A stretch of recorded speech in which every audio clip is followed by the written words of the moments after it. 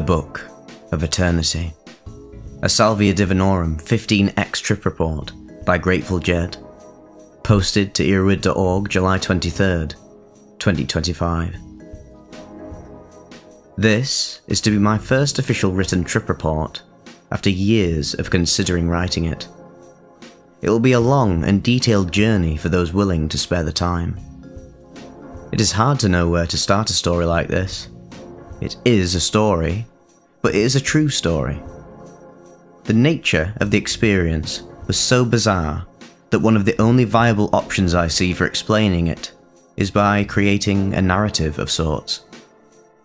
This is about my first experience with Salvia Divinorum. As a preface, let me say that this experience was so intense and created such a schism in my routine of normal life that it actually took me many months to remember what happened. I cannot remember exactly what happened, but over the years I have attempted to piece together the pieces of the psychedelic puzzle, being that the experience was unfathomably bizarre and disjointed, random, and traumatic in some ways. I say traumatic because I experienced a few weeks of HPPD afterwards. I saw shadow people on the peripheral of my sight. I had intense dreams similar to brief seconds of the experience, and it scared the crap out of me. And even to this day, some 10 years later, I occasionally have overwhelming moments of anxiety or intense pondering as to what actually the fuck occurred. That being said, I do not regret this experience whatsoever. In fact, it was a turning point in my life and my relationship to the psychedelic experience in general. Something I'd been immensely interested in for perhaps 4 or 5 years prior, having dozens of psilocybin experiences up to that point, ranging from threshold to beyond the beyond of ego death. Upon learning of this wonderful library of drug knowledge and experience, I had been pretty obsessively reading trip reports. This is where I had first read about Salvia Divinorum. The experience reports were extremely random, and from what I read, super intense. I found out that a local head shop, and that local head shops all over the United States were selling it in extract form. For a few months I had been interested in it, and one morning, still awake after a night of partying, I sat in the morning sun, smoking cigarettes, and decided it was time to try and find some. I was hungover, super tired, but dead set on finding this mysterious plant. About 30 miles from me is the state of Indiana, and crossing the Ohio River from Kentucky there is a neat little town that I have always enjoyed. Anyway, in the vicinity of this town, there were multiple smoke shops where I bought all kinds of weird stuff. It was a December morning. There was a slushy snow and ice on the roads, and I drove my crappy Firebird slowly to my destination, the first smoke shop. To my dismay, they didn't have any in stock, and directed me to their sister shop further out of town upon the hill. This was before I had a smartphone, so I was trying to find the place based on word alone, and it took me a while to find it. Anyway, I did find the shop, and it was pretty cliché. Lots of cool tapestries, smelled like incense, had a dreaded stoner dude behind the counter. After I inquired as to whether or not he had salvia in stock, he asked me, 5, 10, or 15x? I wasn't sure what that meant, so he explained it to me, and I just chose 15. He told me to have a sitter and be careful because it was an intense experience. He also suggested I used a small water bong to cool down the smoke, so I bought one right there. I already knew my brother, my partner on many entheogenic experiences, would be my sitter for this occasion. I bought the small baggie and sat in my car opening the contents. What I saw was a little decent pile of what looked like a purplish black crumbly thing, almost the consistency of cigarette tobacco. It had a wonderful aroma that I cannot for the moment compare to anything else. It didn't look like anything impressive. Yeah, judging how powerful a hallucinogen can be by looks is not the wisest move ever, to be honest. But anyways, I drove back home, put the contents of the baggie into a small corked bottle, sat it aside to wait for my brother to be back around in the afternoon, and, well, we live in a pretty rural area with no towns nearby, and our family farm is 70 plus acres of woods and a few rocky creek valleys that we call hollers. There's this old gravel road which hundreds of years ago was a county road, which became strangely significant in future psychedelic experiences, including this particular one. This gravel creek rock goes back perhaps quarter mile to an area we refer to as the cabin. We had a small wooden building we had tripped in, partied in, and hung out for years. It was, and still is, our sanctuary from the outside world. It had become a sanctuary for exploring the inner world as well, and remained so even years after the Salvia experience. In fact, I'm typing this trip report on an old beat-up laptop in the cabin right now. But back to the point at hand. Later that afternoon, my brother Jay came home from doing, well, whatever he was doing, and I showed him the package, informed him that I needed him as a trip sitter, and we walked through the snow back to the cabin. We sat in the snow, facing the forward end of an old barn and the hill in front of us. It was December, so there were no leaves on the trees, just snow and bare branches all around, some tan-coloured scrubby bushes around us too. We were both wearing overalls because it was pretty cold. I burned a Nagchampa incense as an offering to the universe and prayed for guidance. I didn't have any particular intention other than to acquaint myself with this new discovery, which I would learn later was a sacred plant used in ceremony by the Mazatec people of Mexico. So there I sat, with the incense burning in front of me, my brother to my right side, the edge of the barn to my left. I told my brother something along the lines of, "It's supposed to send me to another dimension, and the only reason you're here really is because I need you to make sure I don't move around and do something stupid while I'm here in this world."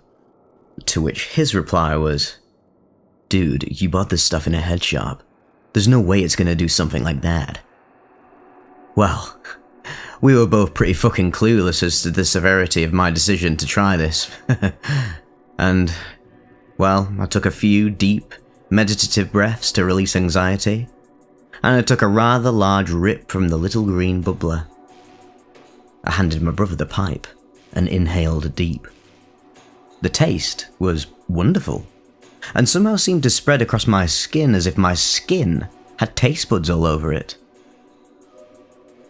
Within maybe 10 seconds of holding the smoke in, I began to lose memory of what was happening, and felt this gravity tugging me backwards towards the ground. My whole body got cold, like it was being dipped in menthol or something. So, next thing I know, I'm blank. No anything, no observer or memory of what was going on. And then, a voice shakes me out of it. "Holy shit, did you see that bird?" My brother's voice reminds me that I'm a person, and I see. Oh, yeah. I'm sitting in the yard, and remember I hit that pipe with the salvia in it. At the same moment, I see a blue jay fly right over the top of us, and the tracer is so long it is almost like a 50-foot long bird just stretched out over the top of us. Everything is extremely sharp and vivid, and I still feel the gravity pulling me toward the ground.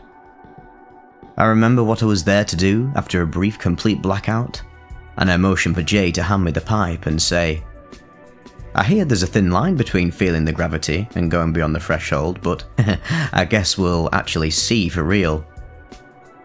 I then torched the rest of the bowl, attempting to smoke the entire rest of it, which was maybe 3/4 of it. This is the point in which my life was to drastically change forever. And, it must be said, I had known beforehand what was to come, but even given my immense curiosity, I'm not so sure I would have went through with it. What follows is my attempt to put an extremely illogical and ineffable series of unlikely events into some sort of coherent order. As I said before, It took me a long time to remember these pieces and put them into a narrative like this. It is a crude attempt to explain something which, unfortunately, cannot really be understood from the outside. But anyways, here we go. Okay, so I torch the bowl, hold it in, and I hand the bong to Jay. I feel the gravity become way more intense, and I start hearing my heartbeat. At about every heartbeat, I hear a voice coming from some distant valley, louder, louder, louder, and reality begins to fold. This was not like a visual hallucination or a metaphor. Reality literally folded. Behind me, there was utter abyss. All of reality seemed to leach into a two-dimensional frame of what I could see with nothing behind or around it. My spine had become the middle of space-time and was rapidly closing in toward the middle of my vision, and at the same time, it was unfolding from the middle of my chest outward like pages of a book. Each frame was made up of the last image I saw: the side of the barn, the trees and snow in the yard, and the hill in front of me. Each time a page folded from the middle, the voice got louder. It was as if someone was whispering very loudly, "He sees it, he sees it." And this sound shattered reality into a million frames. There was no longer an I to speak of, so I use this description loosely. There was no yard, no brother, no Salvia, no earth. Everything was completely replaced by this new and frightening reality of this book, which seemed to be embedded in some gargantuan, feminine presence. As the pages grew from the middle, the trees in the image grew upward, and everything took on a crazy weird palette of browns, greens, reds, and oranges. It was as if the hill had become some sort of metallic clay that was growing upward at each frame chant. It is also important to clarify that this wasn't simply visual. I felt that I had become this unfathomable thing. In regards to my physical reality, it was reoriented from that of a human body to an ever-growing geometric entity made of pages of all reality, which was born and died over and over from the spine of the book, which was literally my own spine. In between the pages of the unfolding fractal book, I could glimpse what seemed to be portals into other places, and as the pages grew larger and larger, they seemed to swallow all of the cosmos and incorporate all physical, mental, spiritual, mathematical reality into their, or my, frames. Between the massive pages of this book, outsprang some sort of devious jesters. These dark and malicious, unexpected entities that felt as if they had been waiting my whole life to play this ultimate, fucked up prank on me. The prank was that I had thought whatever had existed before was real, and ultimately, it was all a big joke. And that this was what was behind the curtain of the stage of reality the entire time. This is not the type of psychedelic experience where you can reflect. There is no you to speak of other than everything and everyone, which have somehow been rolled up into an amalgam of experience unfolding with all of you as the epicenter of some cosmic apocalypse. So as these pages of barn, trees, snow, he sees it, mantra, all conscious, all geometry unfolds, I am still peeking between the pages to see these portals into other worlds, and then BAM!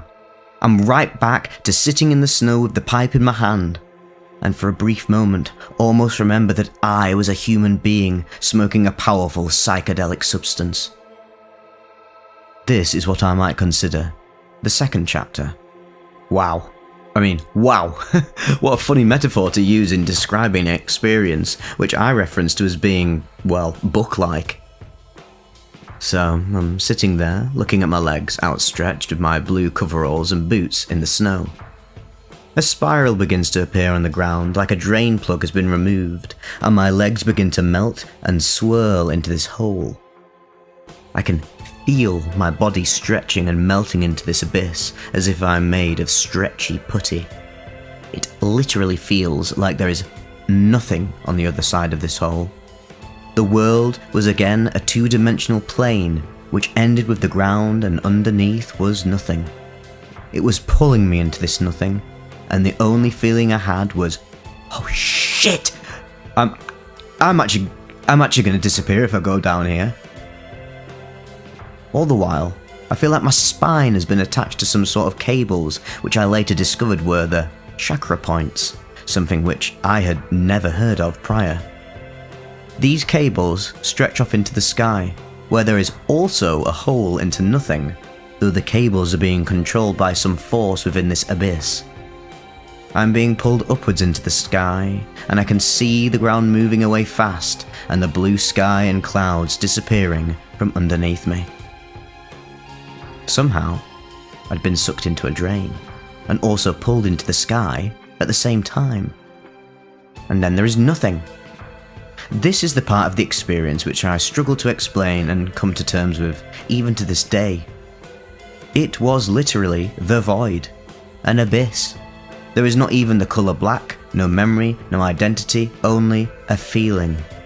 It is a feeling of being made of pure lead, only heaviness and pure emotion.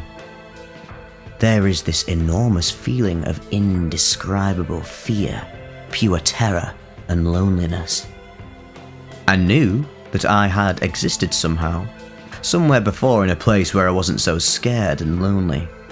Keep in mind that this I is very vague. There's no me as in human, only the faint memory that there had been a something before this nothing.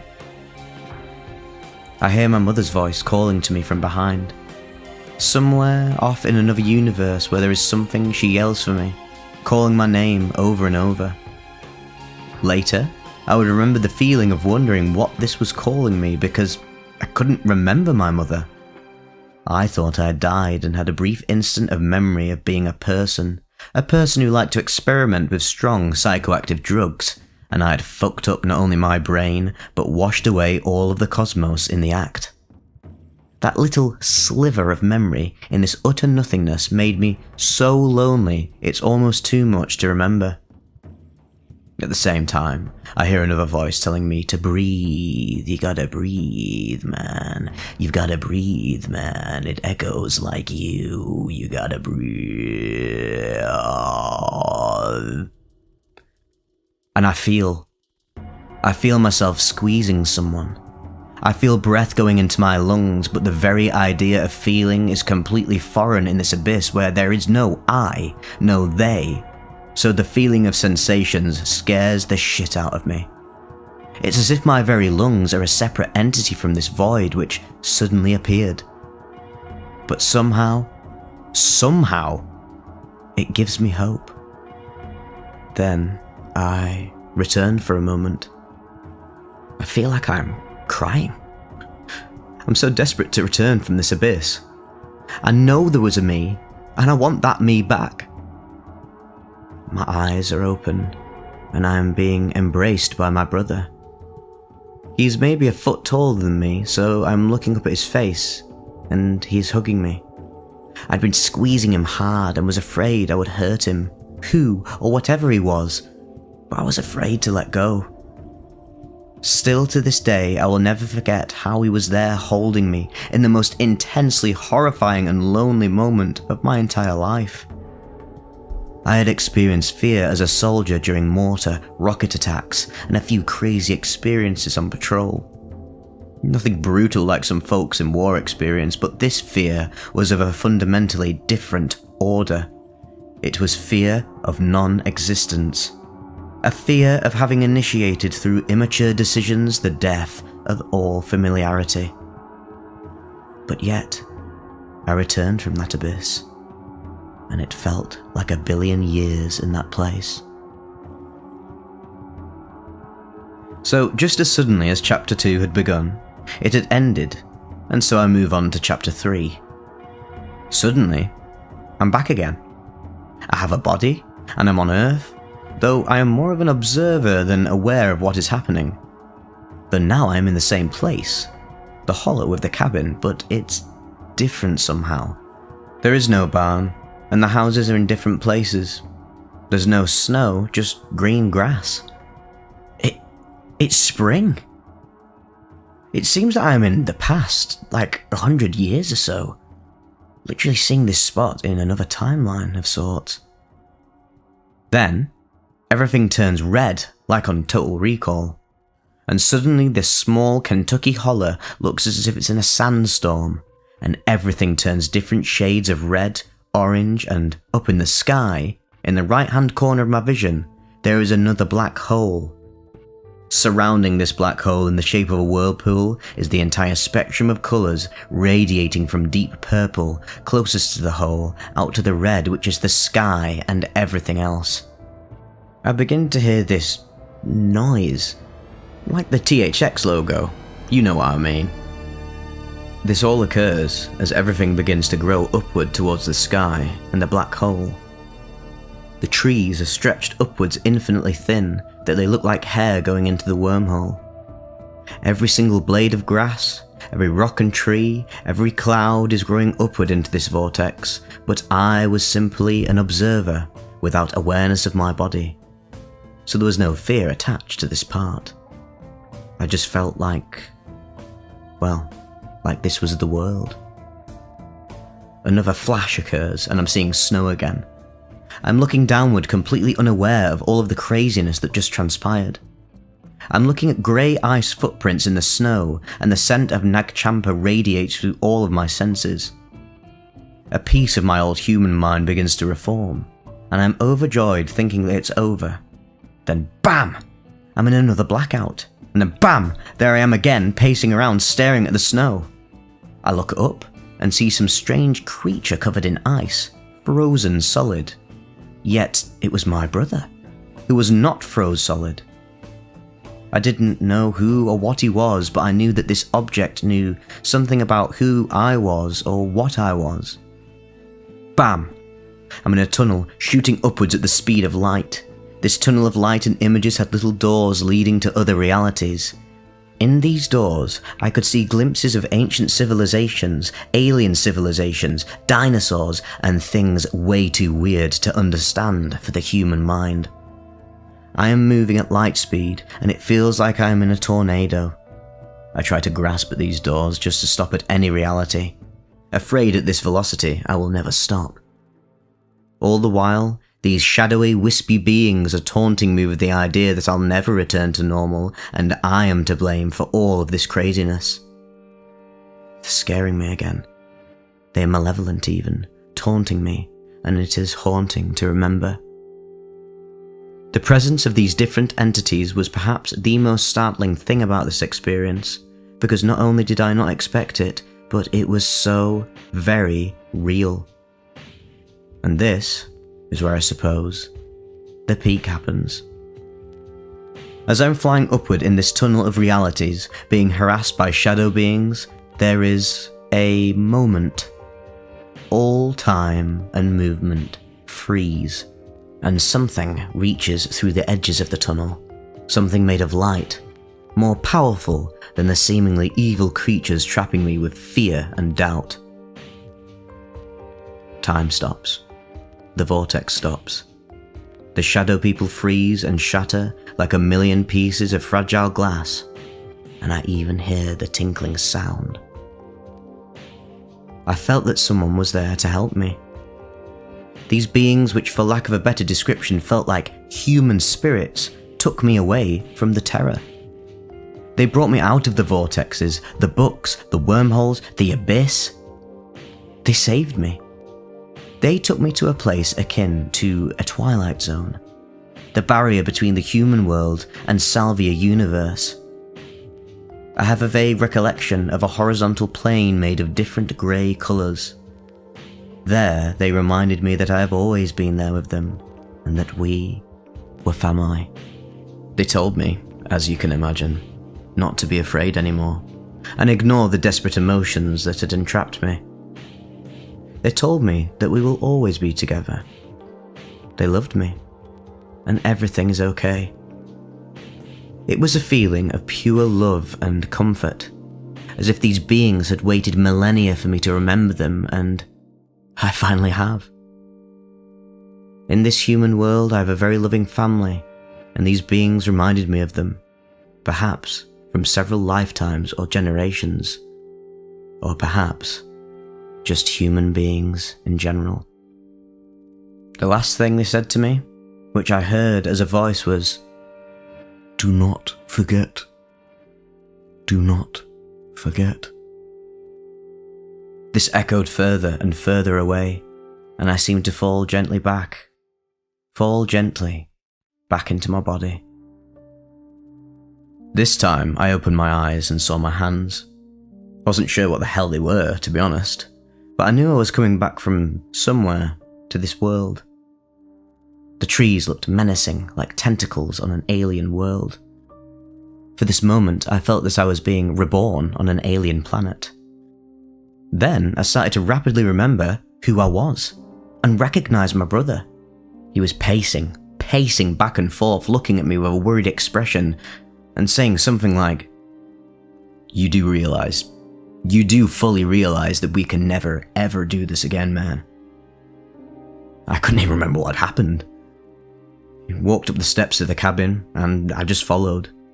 And on each frozen step, I saw what looked to be an entire city in miniature, like New York City with skyscrapers and cars, taxis, all of that. I felt bad for stepping on them on my way up to the steps. It was this thought that reminded me that it's not normal for entire cities to be on steps. It was simply little ice spikes and snow. And I started to remember more and more where and who I was. I was still feeling pretty heavy and strange, and lay down on the mattress to try and get my bearings. I suddenly remembered the immense terror I had felt at some point prior, and it dawned on me like a cosmic bitch slap that I had just survived something utterly daunting. I could not remember exactly what it was, but I knew I was so glad to be back in this 3D reality of mine, with my body, my ego, my brother, the snow, and the trees. My brother had the unfortunate duty of watching me go completely mentally void, slobbering, wandering around like I'd lost all sense of reality and self, which, to be fair, I had. During this, he had thrown the little bottle of Salvia flakes off in the snow somewhere, determined that I never, ever touch it, ever again. I made up my mind right then and there that I would never do it again as well. But I did, many times, and so did he. Oh well, future stories for future trip reports, I guess. I just knew it wasn't something to play around with anymore. On the walk back to the house, I couldn't help but touch things, caress the plants and trees, feel my hand move across surfaces, just thankful to be in a body, to have an identity, to have this feeling of separation, to be separate from the rest of the universe, even if it was an illusion of separation. It made me more thankful that I had ever been just to be in what we consider a humdrum reality. When I got home, I immediately went to sleep, took a few hours nap, and woke up to a text that my brother needed a ride home from a party up the road. I didn't feel like doing anything, but I remembered that he had been there for me, and I should be there for him. On the drive up the road that night, I randomly turned on the Art Bell radio show, and wouldn't you know it, it was about psychedelic plants. I went back and found the salvia the next day and sat it on my altar. I thanked the spirit of the plant for putting me through whatever it had actually put me through. I couldn't even remember what had happened at that point, but it wasn't until a few sub-threshold experiences that I could finally piece together what happened the first time. It has taken me a long time to piece together this story to the best of my abilities. And so, this concludes my first trip report. Salvia Divinorum, the keeper of the Book of Eternity.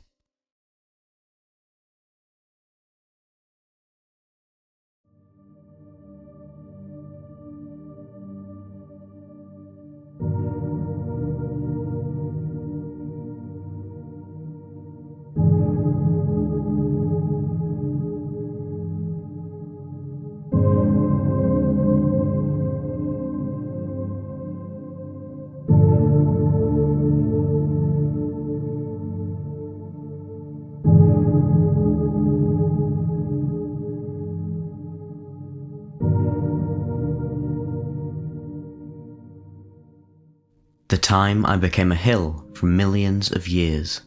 A Salvia trip report sent in by a subscriber. Setting the scene. Reading Festival, early 2000s.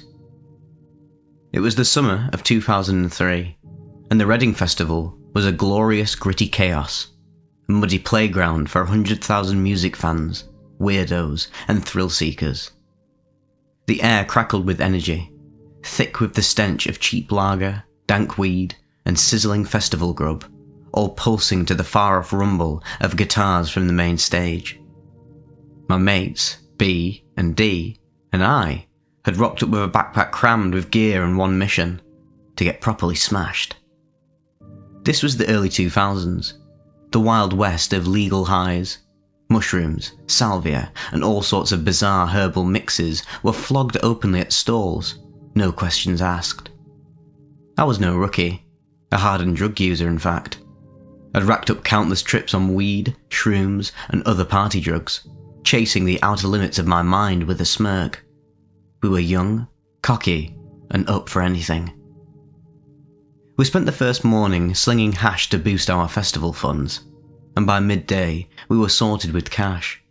Hash gone, we roamed the sprawling market stalls, weaving through tie-dye drapes, incense fog, and vendors pushing everything from glow sticks to instant nirvana. The vibe was pure adrenaline.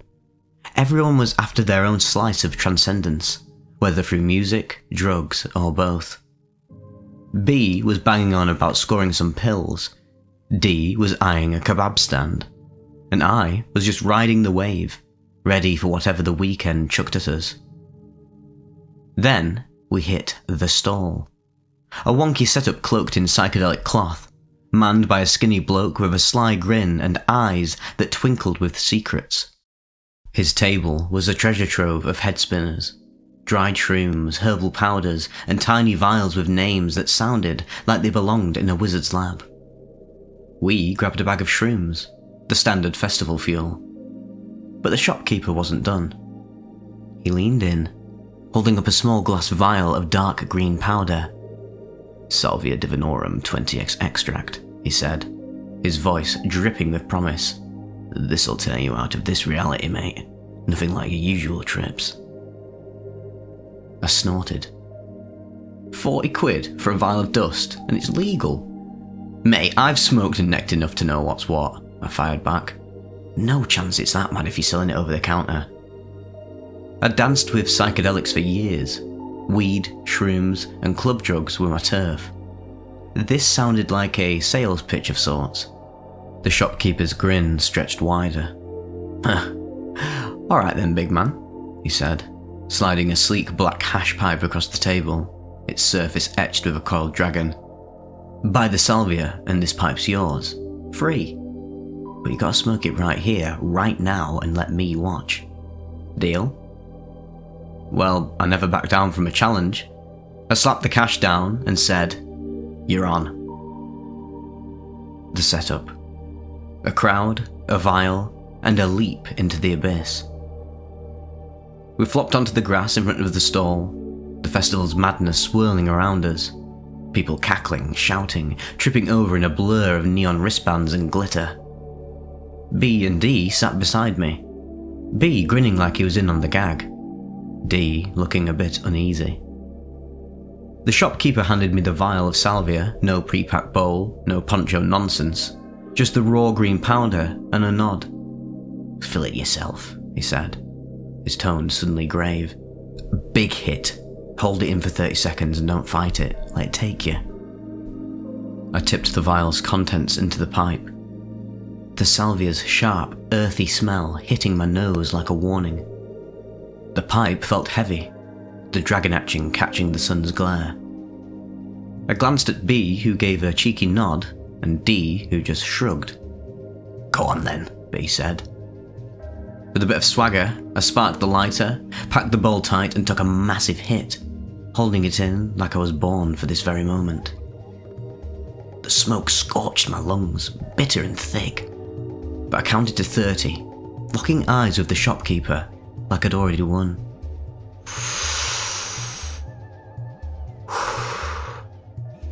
I exhaled, and the world broke. The trip. A hill, a void, and a million-year nightmare. It hit me like a freight train. Pins and needles, not just on my skin, but through me, like my entire being was being stabbed by 1,000 tiny sparks.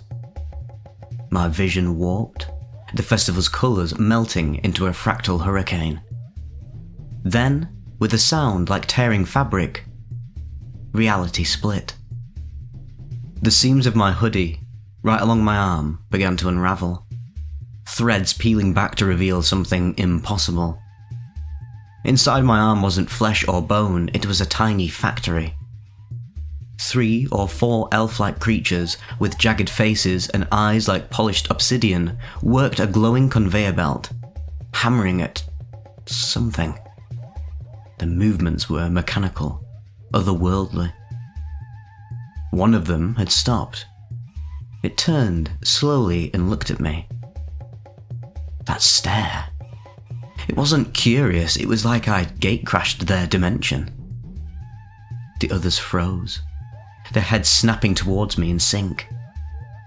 Before I could process it, a force, like gravity, cranked to 1,000, slammed me downward. My body dissolved, my sense of self shattered, and I was gone. Words can't touch what came next, but I will try. Well, I wasn't at the festival. I wasn't even human. I was a hill. A vast, endless hill sprawled across a barren plain under a sky that pulsed with colours no human eye could name. Time wasn't a line, it was a smear, an eternity.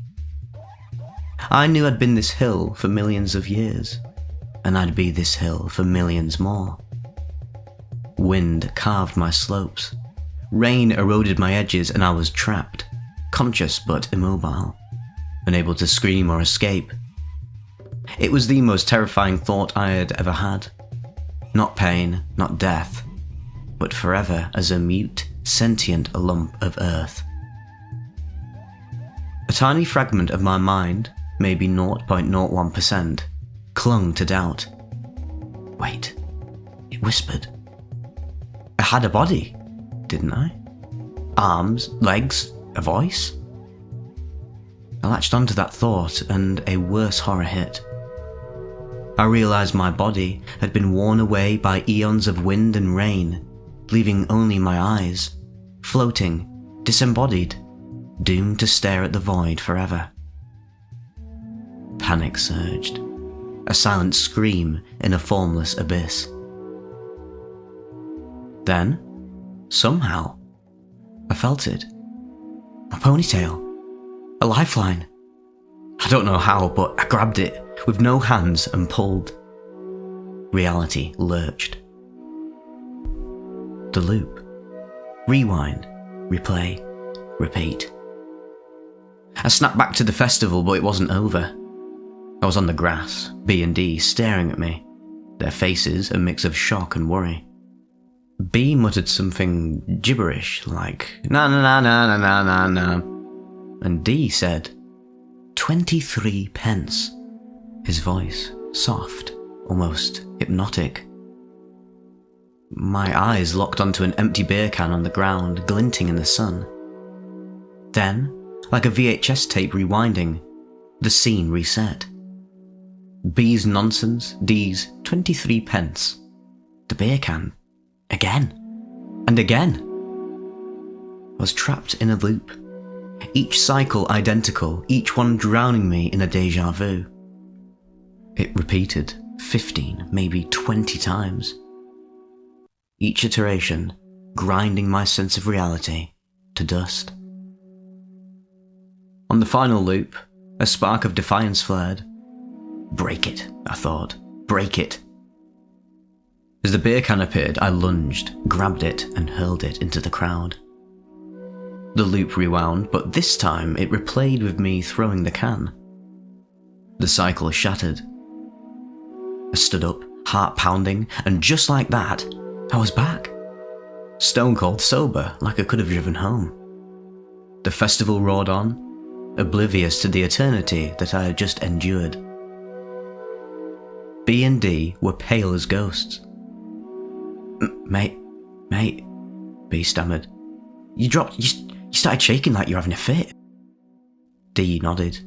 3 minutes maybe. We actually thought you were gone. 3 minutes? I'd lived millions of years as a hill, seen elves in my arm and been stuck in a time loop. I turned to the shopkeeper who was leaning against his stall, smirking like he'd seen it all before. Told you, he said. Another dimension. I stumbled back to his stall, half dazed, and begged him to buy the Salvia back. He laughed, shaking his head. That's when I saw the packaging. The 5x, 10x, and 15x extracts had long warnings. Use in a safe environment, have a sitter, no sharp objects, don't mix with other drugs. The 20x? Just one line, in bold black. Are you mad? Aftermath, 20 years later. It's been over 2 decades, and I'm still untangling what happened. Was it real? The elves, the hill, the loop? They felt more vivid than this world I'm in right now. I've scoured trip reports on DROID, Reddit and forums since, finding others who've met entities, felt time dissolve, or been trapped in loops. Salvia doesn't just twist your mind, it flings you into a reality we're not built to process. A reality that might be truer than we're ready to face. The lesson? Well, Salvia is not a toy, and it's not for festivals or dares. It's a portal to places we are not meant to go. If you are ever at a festival, facing a grinning vendor with a vial of 20x, maybe, just maybe, keep walking.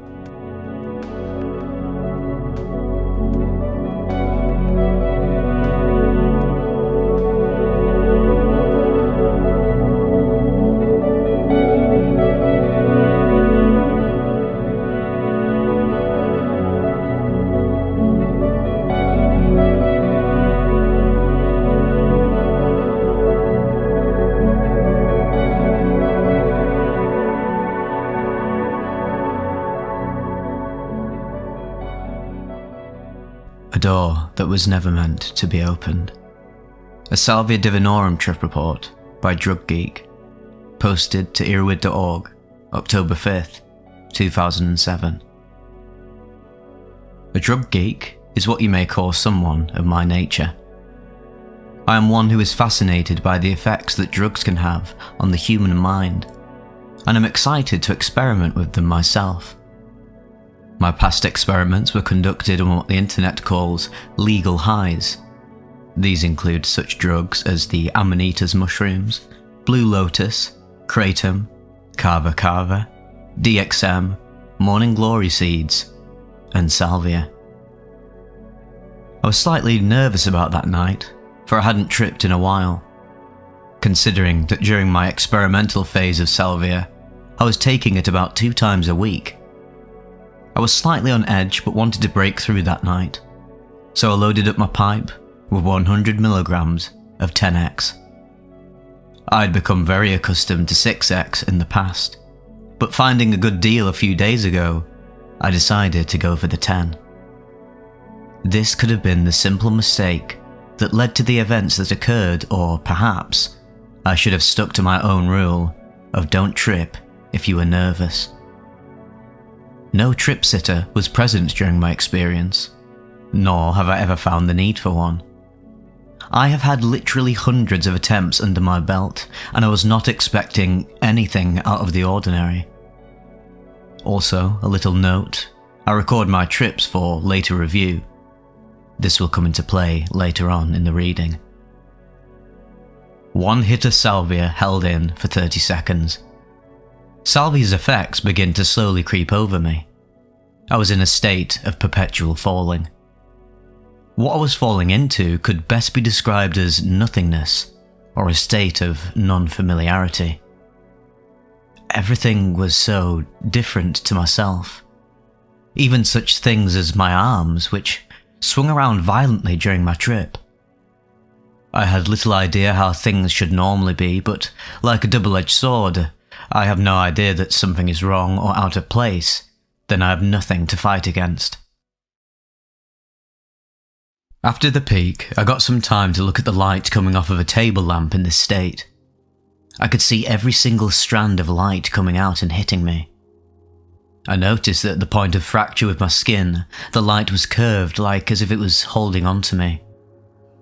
I decided that it was the light's fault that I didn't have a deep trip, and that this explains why everyone says that you'd trip in a dark room with the lights off. I swiftly promised myself that the lights would be off in my next trip.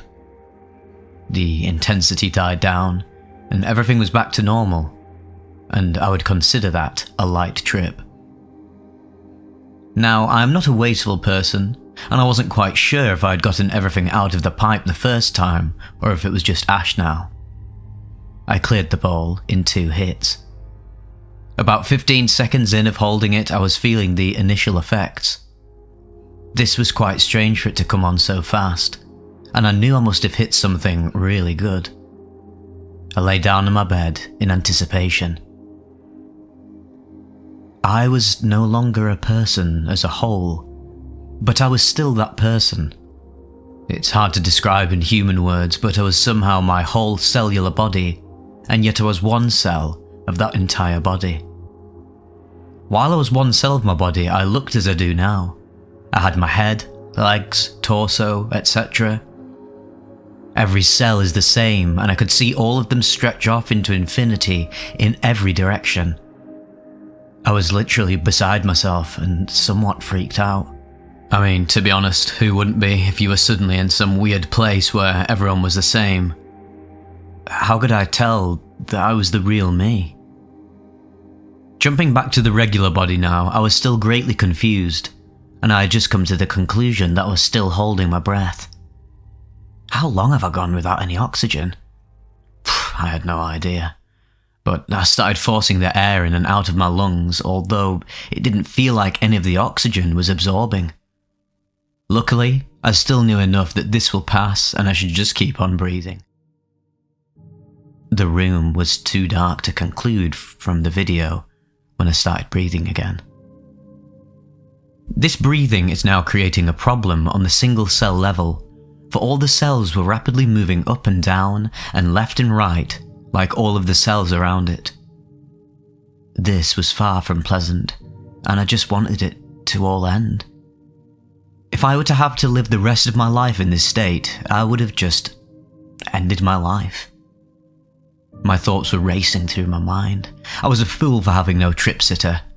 My confidence of going it alone just crumbled around me.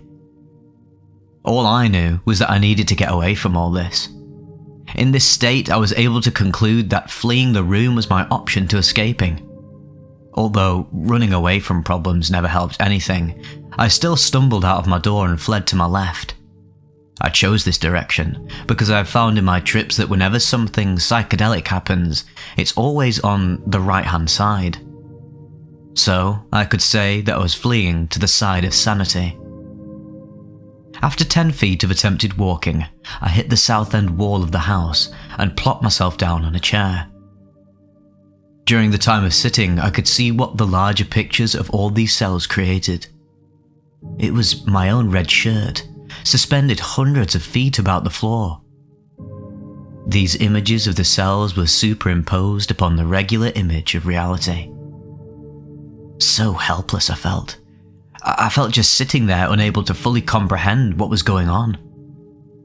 I did find that I could produce a little more comfort by facing a certain direction.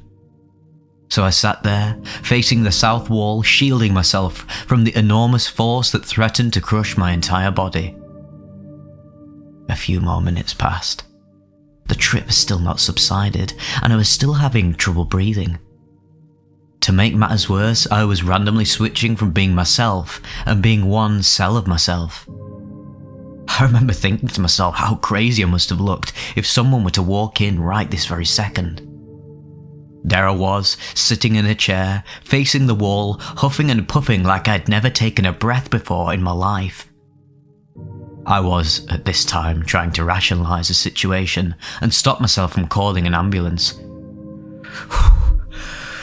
Just a few more minutes and then it'll all go away. That's what I kept telling myself over and over. It'll only last for about 8 minutes. You're almost there. You're almost there. You're almost there. The truth of the matter was that this was not my typical 8-minute trip. This was an astonishing 15-minute trip. I was then blessed with a startling revelation. I'd come to the conclusion that time is just a thing made by humans to provide a form of measurement. And how if time didn't even exist, then there wouldn't be a need for a beginning or an end, making some of life's questions disappear. What humans were trying to measure for time was simply the movement of energy. They looked up into the sky and saw that there was night and day. However, that night and day is just the movement of the energy of rotation. And since energy is cyclical, it doesn't really matter how many times it moves. After some time, I felt as if oxygen was doing its job properly. I made my way to my bed and lay down to relax off this intense trip. When I thought that all the effects were over, I got off my bed and stopped the webcam that was running on my computer. I must have caught something really great, I was thinking to myself. I reviewed the first trip of the night, and it was pretty ordinary except for the flailing arms part, which did catch me a little off guard. Now it was time to review the second trip. I couldn't believe it the first time though. Nah, there must have been a mistake. I must have played the wrong video, I thought to myself. The truth of the matter is that this was the record of the trip that I'd just experienced. The video actually showed little of what I was expecting, for I was expecting it to show me rush of the room at some point with a panicked look on my face. That video showed me taking the hit and then laying down. At no point did I ever get up or run out of the room. I just simply laid there for about 5 minutes, and then my feet started to move as if I were trying to walk.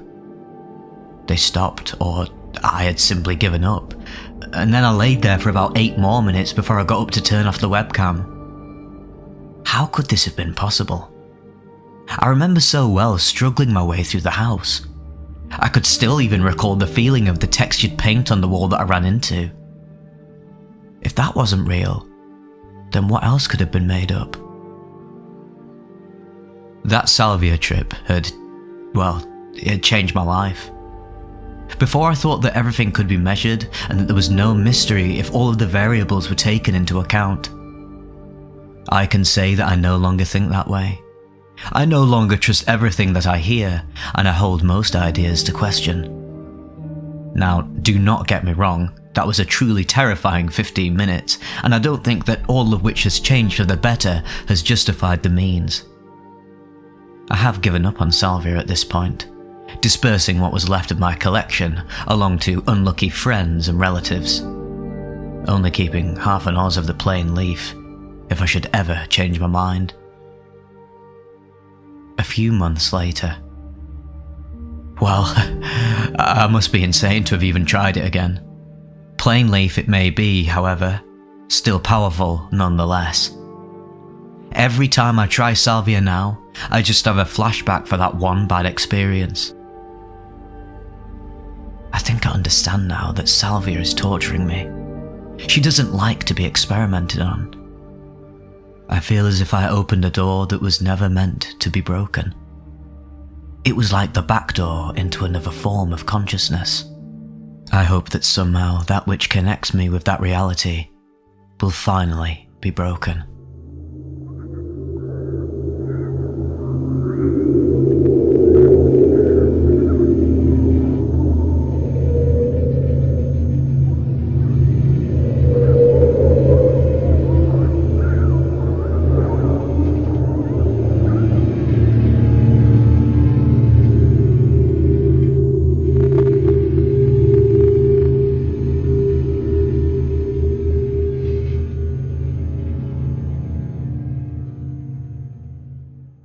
Gave me PTSD.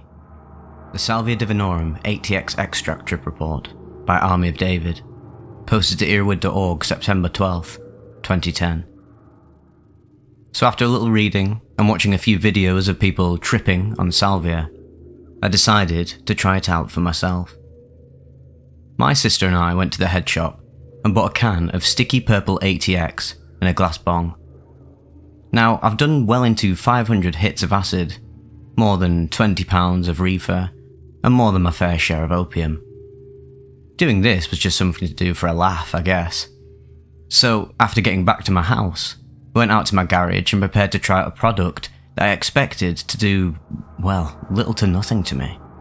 I began to pack my glass bong with ice and loaded a bowl as tight as I could get it.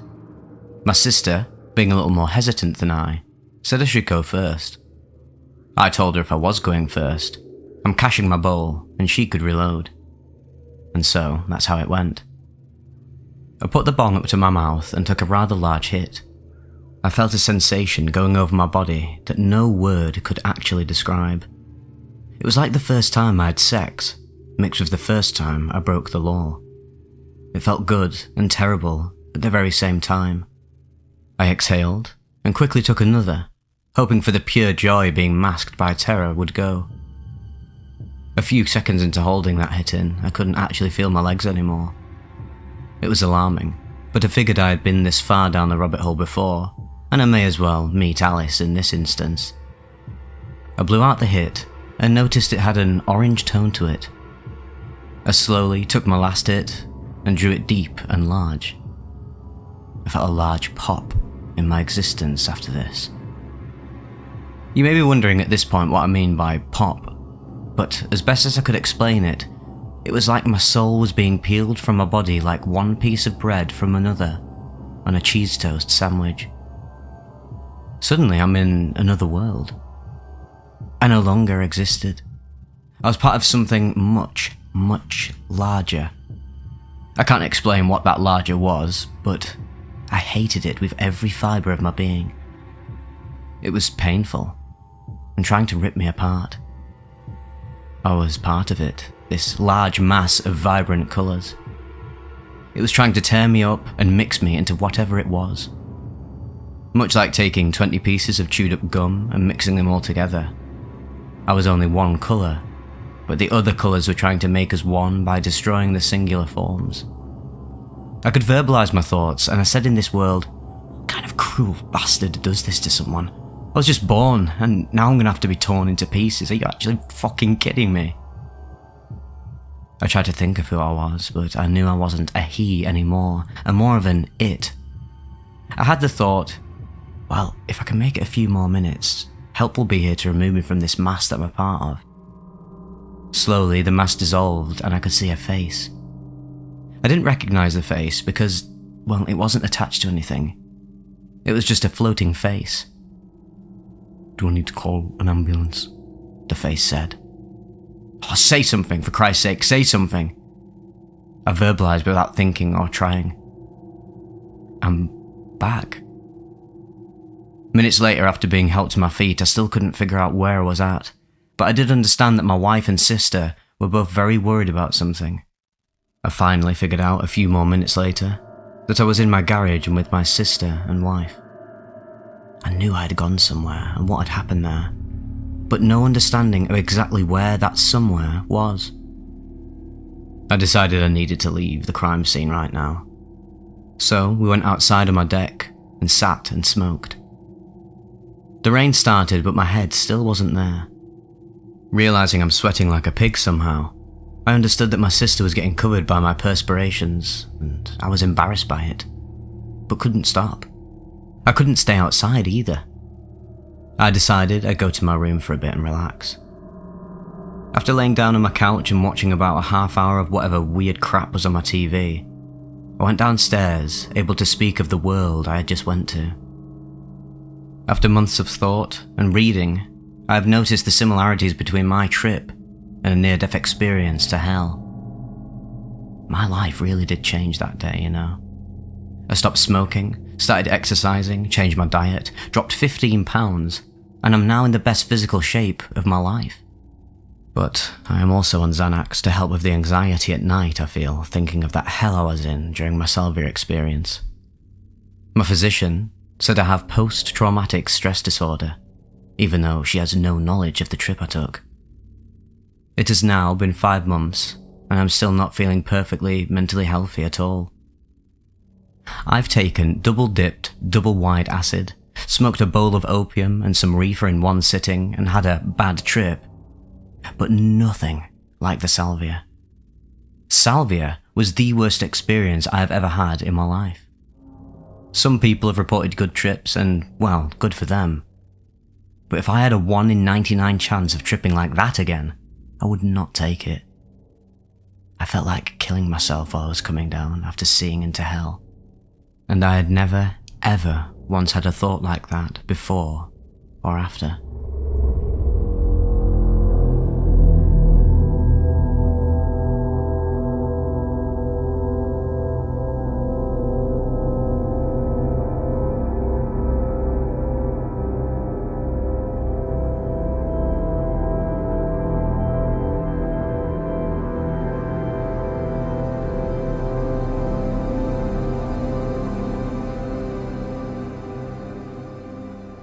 Through the Rent and Into the Void.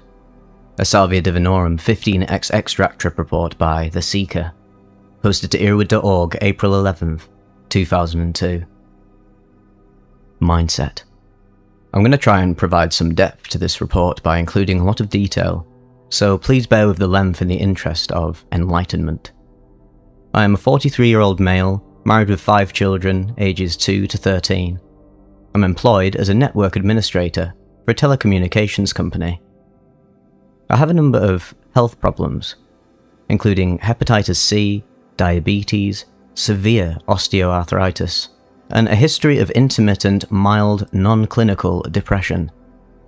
Due to the almost constant arthritic pain I suffer, my disposition tends to run the gamut from mildly cranky to downright mean. I turned to religion during the waning years of the Jesus movement in the late 70s, but in recent years have become progressively more disillusioned with mainstream religion. Having reached midlife, I find myself experiencing a largely unfulfilled desire to expand my consciousness concerning the existence of self, life, and the material universe. Needless to say, I have a deep desire to find lasting tranquility. Lately, I've been thinking with renewed interest about the psychedelic experiences of my youth. I had experimented with a multitude of substances in the early 70s, primarily to get high. My renewed interest in psychotropic substances now tended toward finding a deeper meaning to existence and inner peace. I first read about Salvia Divinorum in a recent online news article, researching everything I could find concerning the plant, and I was intrigued with some of the trip reports I found, especially the ones pertaining to the dissociation of mind and body, excursions into the void, extra-dimensional travel, and communication with various perceived presences and entities. I determined smoking to be my method of choice, and purchased half a gram of 15x from a reputable internet supplier. Setting. I arrived home from work on a Monday at 7 PM, ate, and took a nap. I got up at 11:30 PM and prepared to embark on my first journey with Salvia. I was feeling groggy from sleep and sore from arthritic pain, but still I was determined to go ahead. My wife agreed to be my sitter. I trust my wife implicitly. I instructed her to remain silent, not to interfere with the experience unless I requested her assistance or was in some kind of physical danger. I also instructed her that if I freaked out to 1. Try to reassure me the best she can, 2. Remind me that I had just smoked some salvia, 3. Remind me that the effect was of a short duration, and 4. Remember that no matter how strange my behaviour might become, the trip would be over in a short time. Finally, 5. Remember not to take me to a hospital or involve anyone else unless I was in some kind of very serious physical jeopardy. She sat away from me in a completely darkened room. Some ambient electronic music was playing softly on my computer. My 2-year-old son was asleep in a crib in the same room. My 4 other children were asleep upstairs. I sat on the edge of the bed in total darkness and placed a tiny amount of 15x in a medium-stemmed wooden pipe with a clay bowl. I closed my eyes and tried to completely relax, but after several minutes, still felt a little apprehensive. First try. So I lit the butane lighter, drew the flame into the pipe, and sucked the smoke down deep into my lungs. Because of the tiny amount of 15X in the bowl, there was not much smoke produced though. The smoke was not harsh, however. It had both a very strong flavour and a strong reefer type smell. I held it in while I counted to 30, then exhaled. I laid back on the bed and waited. Nothing though. Nothing except a slight lightheadedness and a warm feeling all over my body. After 10 minutes I asked my wife to turn on the light and told her that I think I need to smoke a little bit more. On my second try I placed a single layer about the size of a 10-penny nail head into the bowl. Let me emphasise here that this was a very small amount of 15X leaf, but about 2 to 3 times as much as the tiny amount I'd smoked the first try. I collected my senses, applied the lighter to the leaf, and took a good hit and put the pipe down. This time, there was considerably more smoke produced. Like before, I had it deeply in my lungs and counted to 30 while just laying back on my bed. When suddenly, about the time I exhaled, I felt a warm wave quickly sweep through my body, staring at my feet and floating upward. It happened so fast it startled me and I tried to sit up. The only sound I could hear was a sound like the roar of a jet engine, only much lower in volume. As I tried to get up, it felt as though my body was being sucked into something, or that the part of the bed I was sitting on was melting away and me with it. It was definitely a physical feeling of being pulled downward to the right and into, well, something. I open my eyes and see this deep blackness in front of me. In my peripheral vision, I saw a herringbone type pattern with, as best as I can remember, alternating white, dark green, or possibly black colours. I felt confusion and a growing sense of alarm.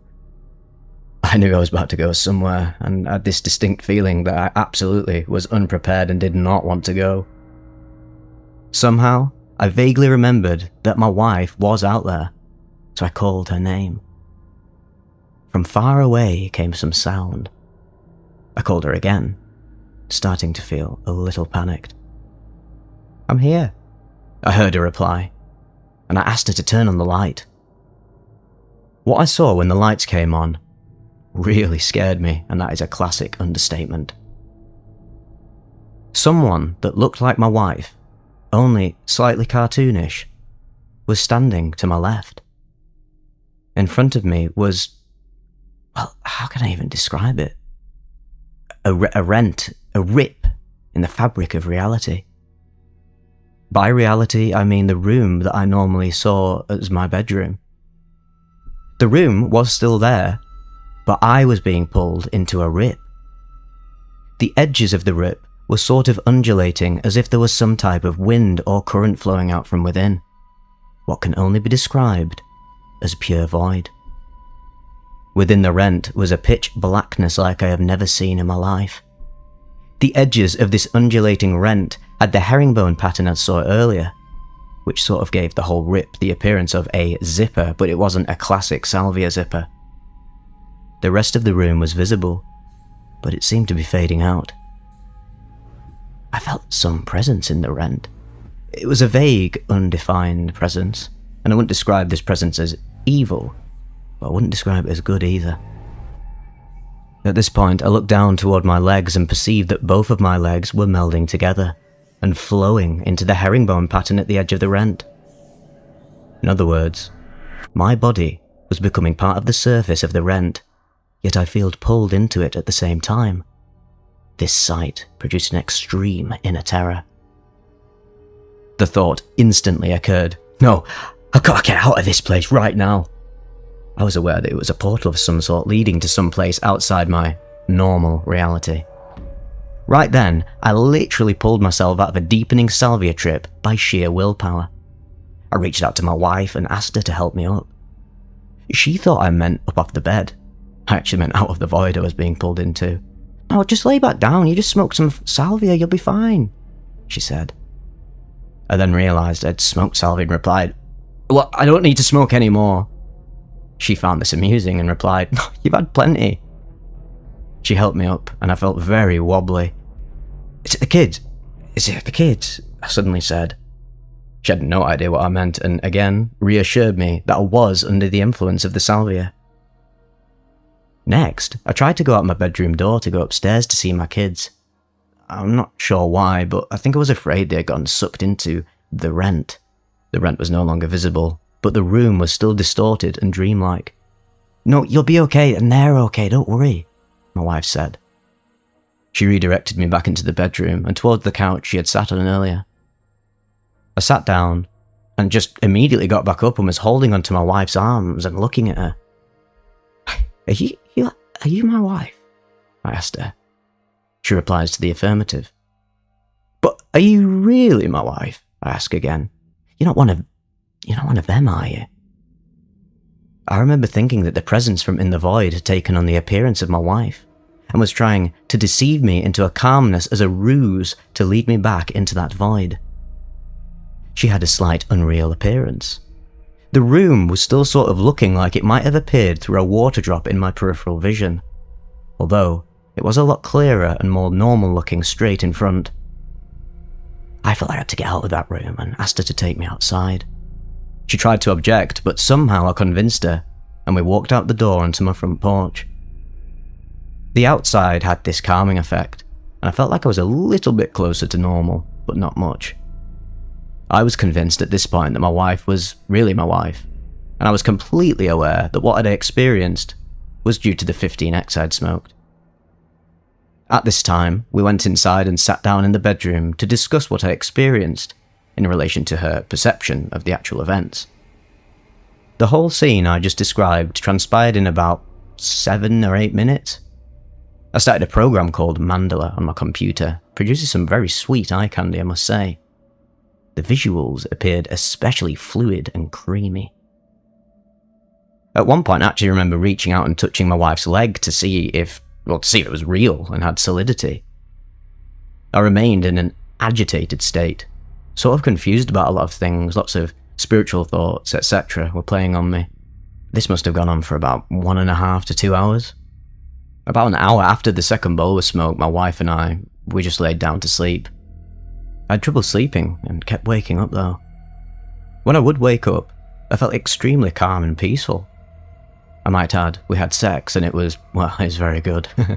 I finally fell into a very restful sleep after this. Perceptions of Salvia divinorum. To begin with, this is a very potent substance. The visions were the most apparently real hallucinations I've ever seen. I've tripped on acid and mescaline and had some very intense experiences, and Salvia is definitely in the same league. In fact, due to the sudden intensity and the difficulty in recalling being under the influence of Salvia, it may be in a more major league all of its own. Let me put it this way. I was glad it only lasted 10 minutes instead of 10 hours. It's been 3 days since I smoked Salvia. I felt very good mentally since then, no depression. Maybe Salvia has an ability to affect one's mood over a period of time. We'll see though. I somehow feel wiser, nothing tangible, rather an overall sense of deeper understanding, and more in tune with myself and the world around me. Actually, a good overall way to describe my attitude since I smoked Salvia is more in possession of an inner calmness. Secondly, and some may think me off the deep end for saying this, but I'm not sure if what I saw isn't real in one sense or another. I mean, was the rent something real in my own mind? A sort of dark side of my being? And the presence I felt a facet of my own personality? Was I about to embark on an inward journey to discover a deeply buried part of me? If so, maybe I was simply terrified of the revelation of what lies within myself. Or does Salvia in some inexplicable way open up our perception to an alternate reality or dimension? A dimension replete with its own inhabitants? Maybe I was about to embark on an outward journey. I honestly don't know, but I think it has to be one way or the other. Very interesting thought. I don't know what would have transpired if I'd allowed myself to go with the flow, so to speak. Thirdly, I think to some degree it is possible to shake off a Salvia experience that's not going in a good direction, at least at the dosage level I was at. Now, as to whether I'll find that to be the case as I proceed further with this substance, we shall see. Also at higher doses, this probably isn't the case. If I'm being honest, I really don't know due to my inexperience with the substance. I certainly was able to pull out, and it seemed to be an action of sheer willpower. Finally, Salvia may have an aphrodisiac effect, at least during the afterglow period. Well, will I do it again? Absolutely. In fact, next time I will actually approach it with some apprehension and great respect, such is what it deserves. I look forward to exploring whatever it is that Salvia Divinorum has to impart to me. I've got a little bit of advice I would give to first-timers. Number 1, I reiterate what many have already stated. This is not a party drug. If you're merely looking to get high, I strongly suggest you just explore other substances. After only one very intense experience, I know Salvia is not a substance to be trifled with. If you have a desire to explore the limits of inner and outer space, Salvia could aid you in your journey. If you're only looking for a legal buzz, you've been strongly cautioned. You may find Salvia anything but fun. It is not for the faint-hearted, and I'm wondering if I'll have the courage to actually go further when the time comes. Secondly, before experiencing Salvia, I read the trip reports where people said they got up even though it was hard to walk, or they went outside, etc. I thought to myself, well, that's stupid, I'm going to stay put on my bed. Wrong. I had to get off my bed because I thought it was melting into a void and me along with it. I had to go outside because I was terrified of the room I was in. Don't fool yourself that you'll be in complete control of your body, or your thinking. You may not be. And that brings us to another classic bit of good advice. Have a sober sitter present. Someone you respect and completely trust, especially the first time. You have no idea how a substance as potent as Salvia Divinorum is going to affect you. Believe me, it is unlike anything you've ever experienced, so please heed the advice of nearly everyone who has experimented with Salvia. Have enough respect for this substance to not go about haphazardly trifling with it. Personally, I plan to continue my investigations with a sitter. I cannot stress this enough. Do yourself a favour. Have a sober sitter present. Fourth, when they say extract is potent, it is. Experiment with very tiny amounts. If you do need to increase an amount to go to a higher level, do so by small increments. Better to have to add a little more than to have a more intense experience than you prepared for. Number 5. Mindset is very important. Are you tired, sore, mentally fatigued, or emotionally disturbed about something? Might be better to wait until circumstances are more conducive to having a favourable experience. I believe a lot of negative energy was floating around in me which contributed to my first experience being frightening. It's probably not a foolproof way to avoid a bad trip, but the more at peace you are inwardly, the less tired, etc., the greater chance there is for a favourable outcome. I'm also convinced that Salvia works within the framework of your own personality and attitude. If you're troubled, this may manifest in some strange way in your trip. Of course, you can't really change your personality easily, but you can adjust your attitude for positive results. And finally, number 6. Setting is extremely important. In my case, the pitch darkness played on my apprehensive mindset. The presence in the house of my children and my parental love and concern for them showed up in an almost disastrous way as part of my Salvia trip.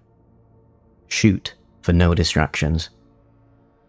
Well, this has turned out to be way too long, but I hope it gets printed because this is the kind of stuff I looked for and thankfully found when I was contemplating experimenting with Salvia Divinorum. More to come. Be wise. Be safe. Peace. I was interested to see how the reporter, The Seeker's next experience went, and I looked on his posts on DROID.org and only found another one called The Salvia People, again at 15x extract, posted on June 17th, 2008, experienced in the year 2003, so this was a year on from the last one, if this is the same reporter. Sometimes on DROID, if someone has the exact same name, this person's name is The Seeker, capital T, capital S, it will lump them in with other people who have the same name, but, say, not capitalised, like the third trip report that is categorised under The Seeker's post, which is a cannabis trip report. But I could be wrong, it may actually be by him. I might actually read it out just in case it actually is. because this person has a really interesting relationship with Salvia. I thought very fascinating the way he analysed his experience and took the insights from that to carve out a more favourable and perhaps deeper, more healing experience. So let's see how this goes. Me and a friend sat down one night in front of some docks. We figured a waterfront trip would be nice. This was my second time trying Salvia. I thought the first time was intense, but I really had no idea what intense was. According to the report of my friend, I'm going to relate the experience in reality and in my Salvia world. In reality, I took 3 large hits of the 15x, held them each in for about 15 seconds, but after this I had no connection with reality or myself, and I had no physical control of myself as well. Dangerous. I had no recollection of myself. It was as if I had never existed. I did not know what my body was doing, but it was acting out the actions I was performing in my other reality world. According to my friend, I started laughing hysterically and then stood up. I must add that I was not controlling myself. I then went running down the street and into some bushes, of which I have no recollection of. I was screaming about the Salvia people trying to pull me into their world, and I also screamed his name. When he came to my rescue, I grabbed onto his shirt and started shaking him. So, Salvia reality. The first thing I became conscious of after entering my altered state was the fact that I was in a purple funhouse with different coloured stripes on the wall. I had no recollection of who I was or that I had smoked Salvia. There were normal-looking people walking around inside, and they were trying to drag me away by my feet and arms. Needless to say, I was filled with terror. I fought hysterically for my life trying to get away, and I saw this opening in the roof of the house, and outside was reality. That was when I remembered that I had smoked Salvia. I jumped up and tried to fit through this hole, trying to get back into reality, but the people, they were pulling me back into the funhouse. I thought this meant the world was ending. Eventually, after a while, I did make it back to reality, but it felt like I was in a one-dimensional curtain that looked like the docks we were at. This curtain was being pulled through a black void along with several other curtains. It felt like the real world was being unzipped into curtains. It was at this point I forgot about being under the influence of Salvia at all, and I genuinely thought that the world was ending. There's nothing I can do. There literally is nothing I can do. I might as well just go along with it, I remember thinking to myself. Even as I came back to reality, I could still see and hear the Salvia people pulling at my legs trying to pull me back in. But I knew the effects were wearing off and I was going to be okay. The effects quickly subsided, leaving an afterglow very similar to the beginnings of a long psychedelic trip.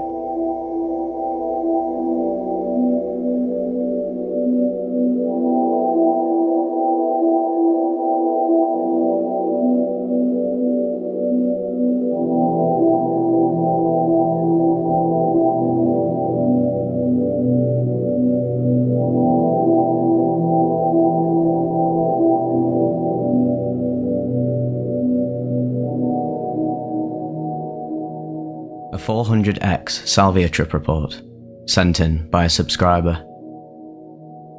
My first trip ever was on some intense Salvia. The bag said 400x on it, and if I recall, it was even raspberry flavoured. I've never been able to find it ever again. I've done plenty of psych since, but nothing has ever been able to compare to that 1 gram bag of Salvia, which shattered my reality more than once.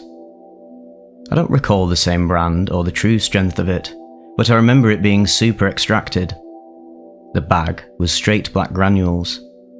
I thought that was normal, but I learned later in life after buying some 100x purple sticky that it could not hold a candle to the 400x stuff I had prior. I'm going to dive pretty deep into my experiences with it here, and I appreciate anyone who takes the time to read my story. When I was looking at the bags, they ranged from 100x to 400x. They had multiple flavours. I'd only heard of 10 to 100x, so I was curious. I knew a little bit about it from hearing my friends talk of their experiences, which weren't horribly intense. The guy told me it was just the brand and that 400x was actually 40x. This was far from the truth, I learned. I don't know the exact milligram range, but my suspicions tell me it was literally 400 milligrams of salvinorin A. I don't know how else to explain the pure intensity of the trip compared to purple sticky atomic 100x and other people's trips. I've actually never even heard of somebody who had such a serious reaction to salvia personally. Mine was truly and utterly insane, and I'll start with my first time doing it. During the first trip, I took my gram over to my friend's house, because I really had nowhere else to do it safely. My brother and his friends had done it before, and so I figured it would be a good idea to have them around. I didn't have a water pipe, and all I had was a spoon, so it had to do. I sit on the couch, pack the bowl all the way, and just start ripping it. And I finish off the whole bowl. I start coming up immediately, and I remember it clear as day. I said, "What the fuck? I didn't know it was going to be like this. This is actually quite bad. What the fuck's going on?" It was the weirdest sensation I've ever experienced. I just remember thinking to myself, this isn't like weed at all. And then boom! The couch opens up, and I start falling into a black hole. Pretty quickly, I stop falling, and I'm suddenly sitting on a couch across from my dad and my brother. "You're old enough to know now," my dad said. "Know what?" I replied. And he said, "This is what the world is really like." And then, I take notice of the wall behind where they were sitting.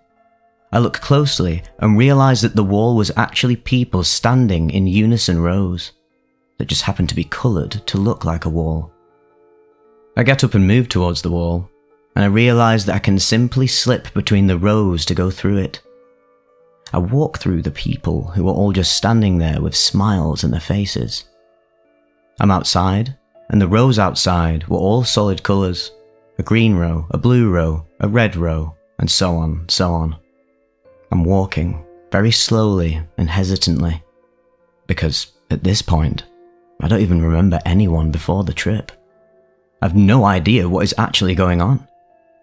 But I keep pressing forward, when suddenly, a green person talks to me and says, "You're the new guy, right?" And I said, "I guess I am." And it was weird because this green family actually had a greenhouse and such. Everything in each row was actually a solid colour. So I talk with the green person for a while, until the world starts to tremble. "What's going on here?" I ask. And the green person says, "We are going to shuffle." And I said, "The hell does that mean?" And wham! The rows all start shuffling. Each row starts rotating around the planet at extreme speeds. And this is where I made a mistake. As I was rotating, I could feel a force trying to pull my life away from me. I saw flashes of memories, and the force was trying to take my memories away. I fought that force. It didn't work out horribly well. I actually successfully fought it, but at a cost. I ended up doing a front flip off the couch and start screaming at the arm of a chair for a good while, from what I was told. And as I was fighting the force, I ended up moving from the spinning rows and ended up in these orange cubes with blue people in them. So these blue people weren't expecting me to be there, and it was as if they wanted me to leave. So I actually moved from cube to cube until I ended up in one where people were standing around. I slowly transitioned out of the trip, and it ends up the people around me at that point were my brother and his friends, completely wide-eyed. They explained to me what I did during my trip, and me, I'm just sitting there quiet and processing what the hell just happened. They told me that they had never seen anyone trip that hard in their entire lives. I chilled for a while, smoked a bowl, and I left. I had flashbacks for weeks after that. I stored the salvia away with plans of diving back into that world eventually. 2 months later, I have a second trip, After experiencing that crazy first trip of mine, I decided to give it another try. But this time I had my trusty steamroller, the pipe of choice. Went over to my friend's house this time, and we all sat in a circle, 3 of us. I load the steamroller up and let my friends go first. They both take a hit. One of them starts drooling, while the other one starts meditating. Me, I take the steamroller back and take my own hit. I come up, and then quickly start melting back into that world halfway.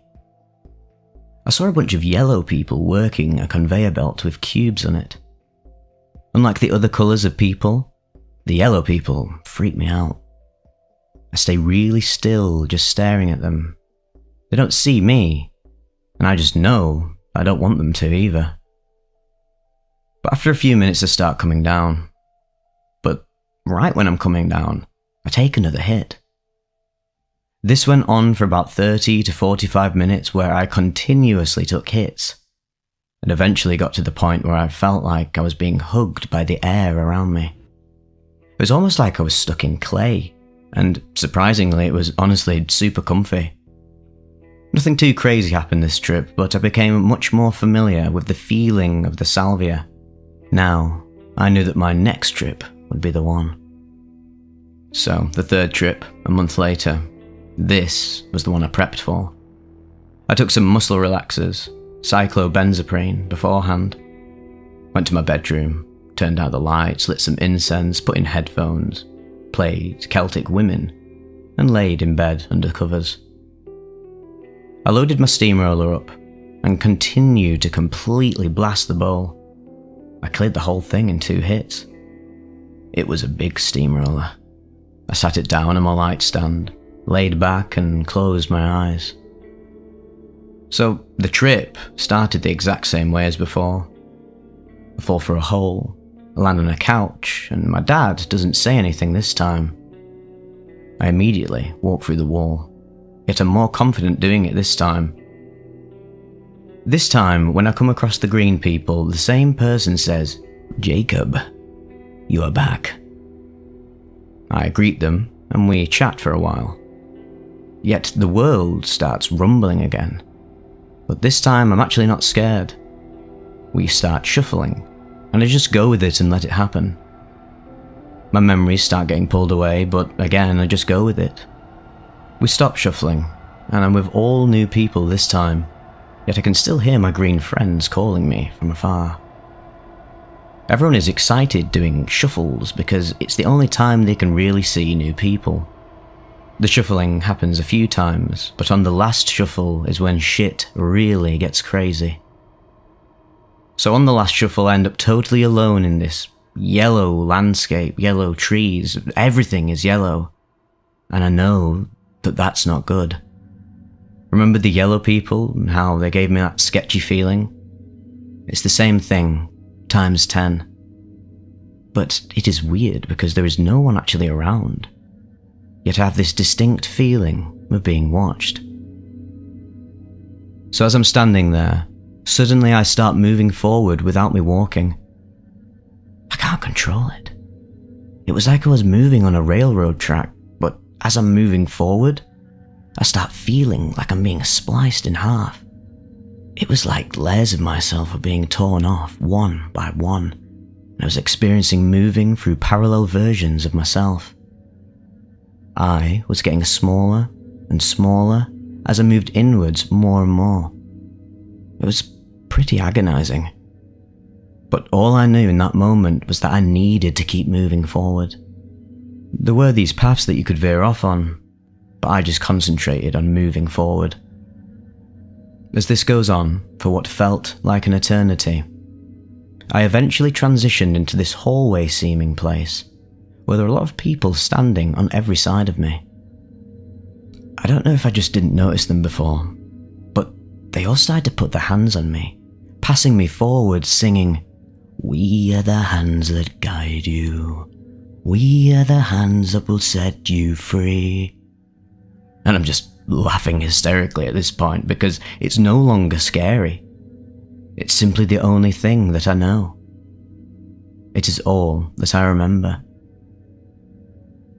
After some time, eventually this hallway-seeming place opens up into this giant open cave, like this thing where the whole cave is a myriad of colours. It was truly breathtaking. I see a normal-looking plot of land floating within this giant open space. There's grass on it and everything. And there are a bunch of people standing on it in white robes. There is this beautiful lady at the front just smiling at me as I float down in front of her. She says, "Jacob, you made it." And I ask her what that means. And she continues to tell me that I made it to the core of all of my existences. That I am the one true me. Out of all the versions of me, that I am the sole true one. That I am master of my life and destiny.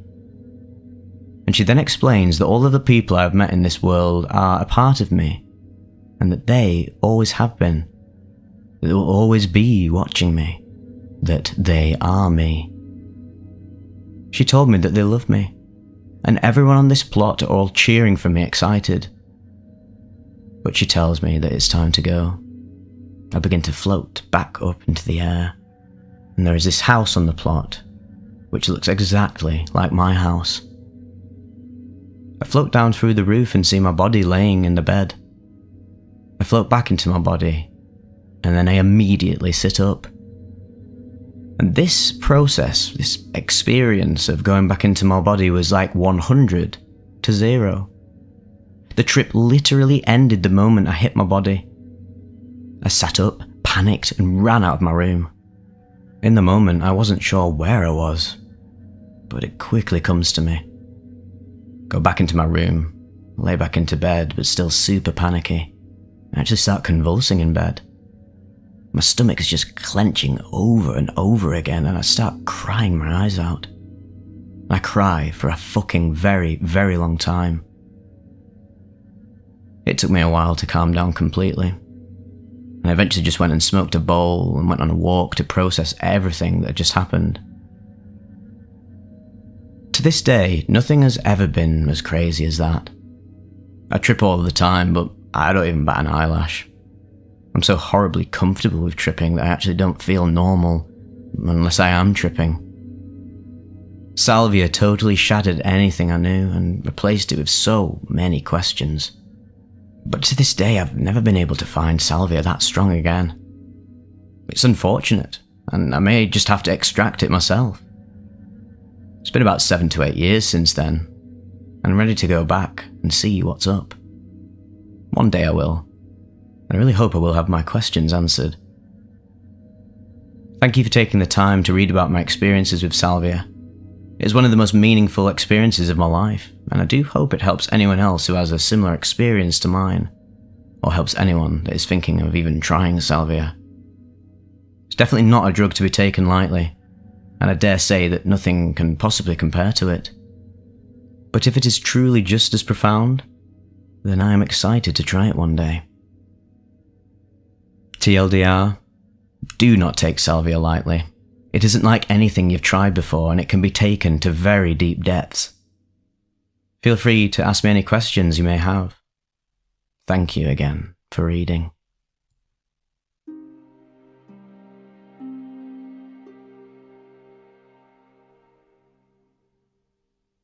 Smoking 400x Salvia was the worst decision I've done by far.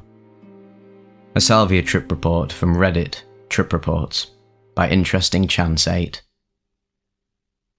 Hi all. Before I get started with this report, I'd like to state my name. My name is Brandon, and I'm 26. This all started when I came back from work a few weeks back. I was a big psychead ever since my last trip report on LSD, and I've built up a tolerance to it. But you know me, if I think I can handle one psychedelic, I'm almost sure I could handle the next one. So, I just casually order some Salvia, thinking if I could handle 2,000 micrograms of LSD, I could easily handle some Salvia. At 1:49 PM, after waiting a week for it, it finally arrives. I was confused on what to do with it, but all I'd seen was to just pack a bowl. I ordered 400x thinking it was only 4x. And this was my first mistake. After realising I'd just loaded a bowl of salvia, my heart started racing and I rethought my choice, if I wanted to smoke this stuff at all. So I closed my eyes, light the bowl, and I take a fat-ass rip without even realising it.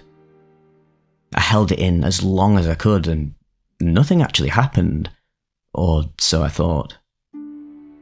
Nothing actually happened, so I just laughed it off, told myself that, this shit is actually dumb, nothing even happens.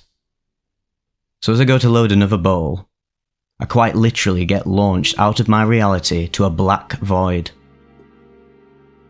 As I'm watching my world fade away into nothingness, just being stuck in this black void, the words, "Better luck next time," appeared right in front of me.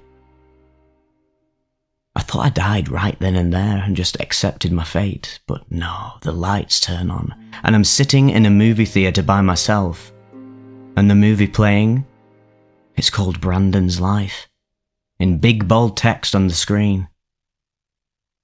Before I could do anything, I'm strapped down by figures that look like they're made of static. I'm tied up to this chair for what felt like 26 years. And I was forced to watch all of my life over and over again without stopping. Each time I went to sleep in the movie, they would pause the movie and make me pass out somehow. I'd wake up at the part which I fell asleep at and they would resume the movie. And this actually felt to me like 26 actual years. So, yeah, don't try Salvia alone, I guess.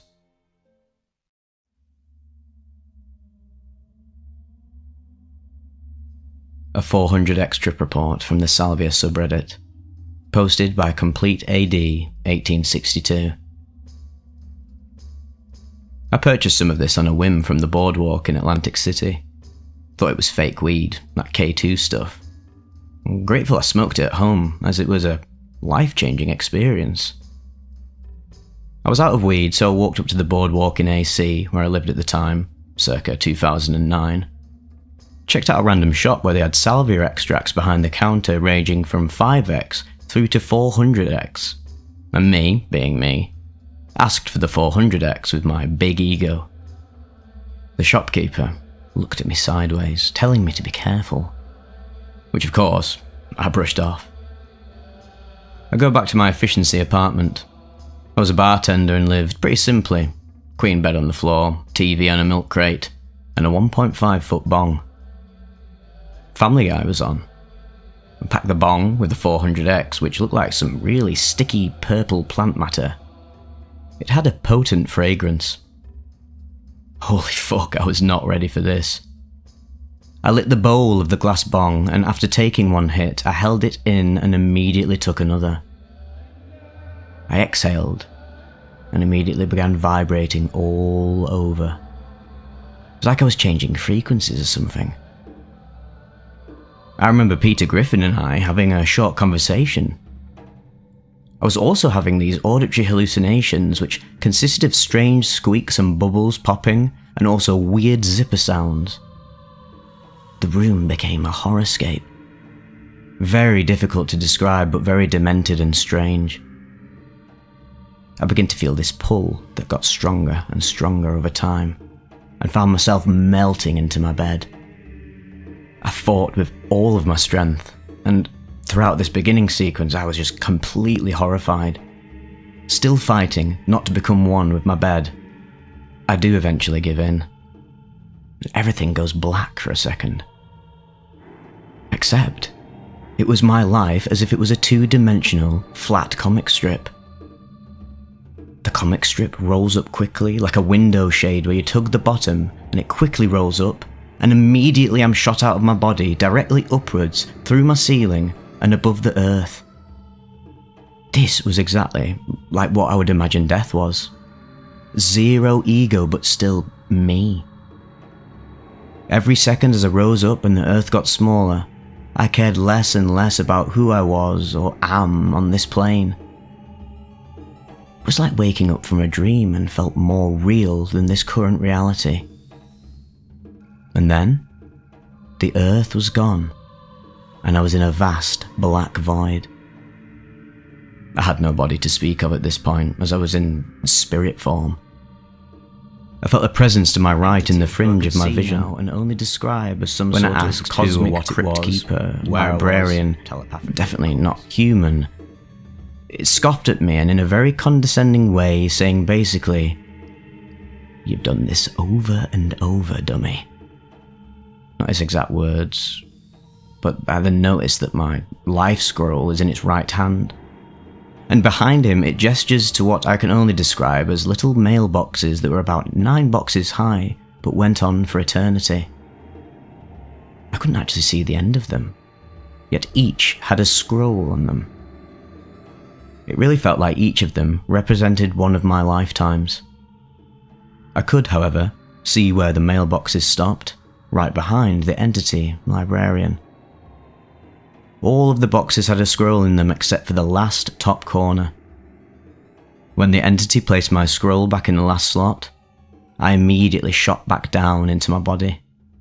It was almost like my soul was shot out of a cannon, but still connected to my body like a bungee cord. When I awoke in my bed, I was completely relaxed and actually stayed like this for a month or two. I just knew to my core that this world is this training ground or school for our souls of sorts. And if we make mistakes here, we'll definitely get a chance to make it right. It also occurred to me that this may be my last lifetime here. It wasn't until later on that I looked into numerology, finding out I'm a 33 life path, which means I'm a very old soul. And I found this really resonating with me, and it made me remember my Salvia experience. This was absolutely the most powerful experience I have ever had, and I'll never forget it. Thank you for listening. I've wanted to share this story for years.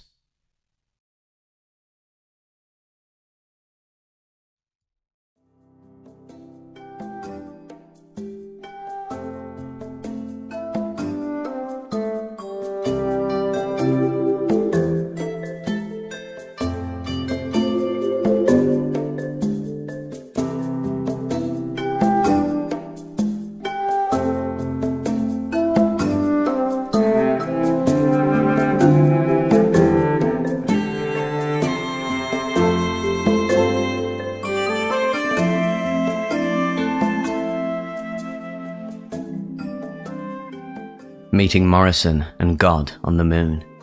A Salvia Divinorum 5x extract and Blue Lotus strip report by Rhythm King. Posted to earwid.org December 10th, 2004.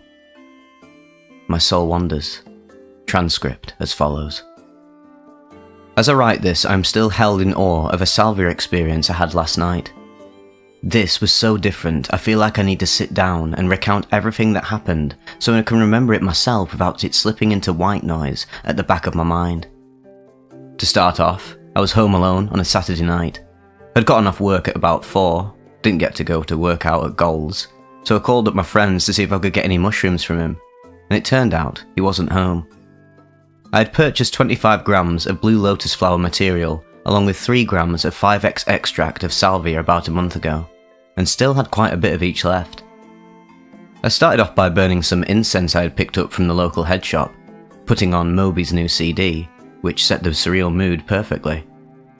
I broke up my glass pipe that is my pride and joy, which I purchased for $5 from a friend, even though it's hand-blown glass with different inlaid design and worth $65 in any head shop. I then proceeded to smoke 3 bowls of Blue Lotus in front of my PC, watching a cool plug-in, but being more entranced by the thick, heavy smoke that hung in the air in front of my mouth. I was blowing some smoke rings with the stuff, holding it all in, and letting it kind of filter and drift upwards with the incense towards the ceiling, and getting quite the opiate sense that somehow my body was disappearing. I was feeling pretty good at this point. I'd been really sore from working out heavily all week, but at this time I could feel no soreness. But I will point out that Blue Lotus doesn't make me stoned or anything like that. It just gives me an open door to my aura, and it also kind of works as a dissociative, I think, if the definition of a dissociative is that of a feeling of detachment from one's body. My fingers were shaking as I opened the small sack of salvia. Why, I do not know. But I loaded about half a bowl of the stuff and was once again surprised at how spiritual it looked sitting in the bowl, how different and holy it was from marijuana or anything else I had smoked before. At this point, I will say that I have smoked salvia 3 times, none of which I have experienced the mind-blowing effects that I have heard from others. The first time, I took 3 good-sized hits with a friend, and really didn't experience much, even though I had worked extra hard at setting the perfect mood. My second time was when I was at my house, just wanting to alter my consciousness a little bit, and so I smoked out on my porch, then felt the tendrils of Salvia's hands pulling at my tongue through the back of my skull, but somehow I escaped the full potential of the leaf at that time. My third time was a totally flat experience in terms of spirituality, although I had a really cool time sitting around the house watching stuff flicker and move and watching my magic mushroom light, which is famous among my circle of friends. I then spent about half an hour watching plugins swirl, as I got caught in them while listening to Moby on Winamp. Before I actually describe the experience, I will say that I hadn't gone into a lot of preparation for the setting in which I would be smoking, since it was kind of spontaneous, and also due to the fact that when I did put in a lot of time preparing my setting, the actual smoking experience wasn't as good. As to the dosage, I'm not sure exactly how much I smoked, but it was 2 good-sized hits followed short thereafter by a third mind-blowingly large hit. Also earlier in the day, about 9 to 10 hours before, I had taken 25 milligrams of dextrostat, dextroamphetamine, at work to help me through the day. But I'm not sure if this is at all related to the experience. I might try to experiment with different combinations at a later time. This time, I was anxious to experience more, but I just read some accounts of some people's harsh or unexpectedly forceful experience with the leaf, and how not to do it without a sitter, etc, etc. But I felt justified in not having one, since I didn't know anyone I felt comfortable sitting for me at the time. So, pipe in hand, I hit the flame and watched the salvia crystals turn into a glowing flower of fire in the pipe, while the chamber filled. I popped my thumb off the carb hole, took my first big hit, and held it in for 30 seconds or so, and immediately felt the parallel universe gripping my subconsciousness self from behind, pulling me deeper and deeper into another realm. As I exhaled, I was belonging less and less to my everyday world, and was becoming a part of something totally unfamiliar. My second hit was deep, and I didn't hold it in for the full 30 seconds, but I felt I was being pulled deeper and deeper and deeper. I knew this was going to be good.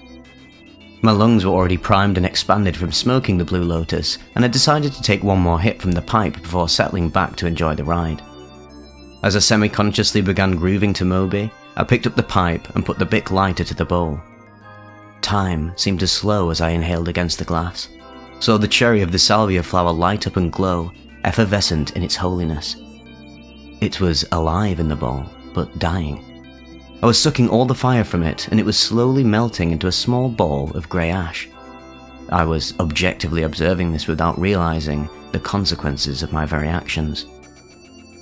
I flipped my thumb off the carb hole and inhaled. Then the epiphany hit me, that I had just inhaled about the biggest iron-lunged hit I could possibly hold inside. My mind was going like a freight train rumbling across the mad American night, and all the smoke was oozing out of my mouth, nose and ears, or at least it felt like it, and I coughed and blew it out. My lungs were feeling like hot ice, burning with a cold sense of being somehow frozen in all the smoke I inhaled. I was blinking and thinking, oh shit. I was really being pulled deeper into this salvia trip and knew I had just ingested the largest amount of salvia anyone could take in at one time. I knew this was going to be some trip, but I was thinking this subconsciously. All I thought wasn't really a part of me, it was a part of this old person who had smoked the leaf. But now I was this unstoppable eternal being separated from my room, my house, my life, my eyes. People there come together, people there fall apart. No one can stop us now, because we are all made of stars.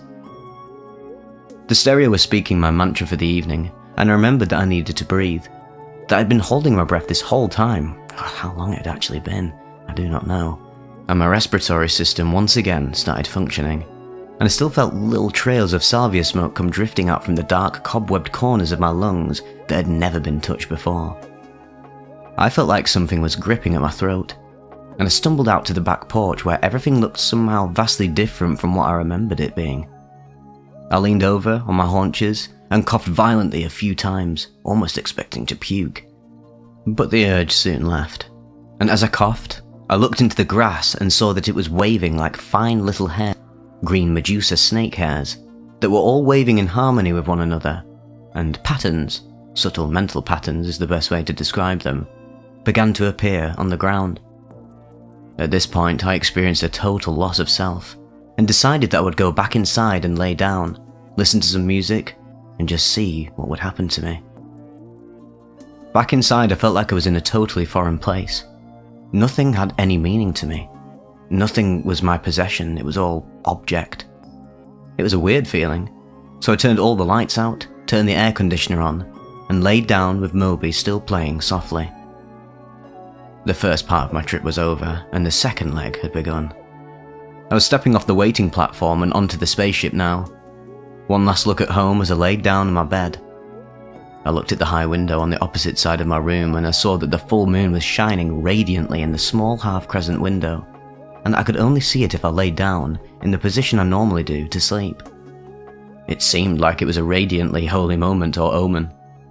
The fan overhead was on, and the blades seemed to rush and swirl the whole room around them, and the moon had wholly grabbed me and had pulled me in. I was somehow transcendent, and through the other side of the window I was looking through. And this scared me. The room I was in no longer seemed to exist.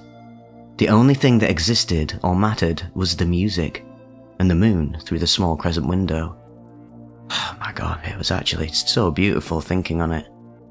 It was fate that allowed the moon to revolve around the earth at precisely this moment that I held until time began, becoming a part of the moon.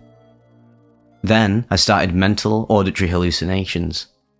I'm meeting God, kept echoing in my mind, and I was meeting God. It struck me that the moon was his eye that revolved around us as we sleep, and that I had the special privilege to see this.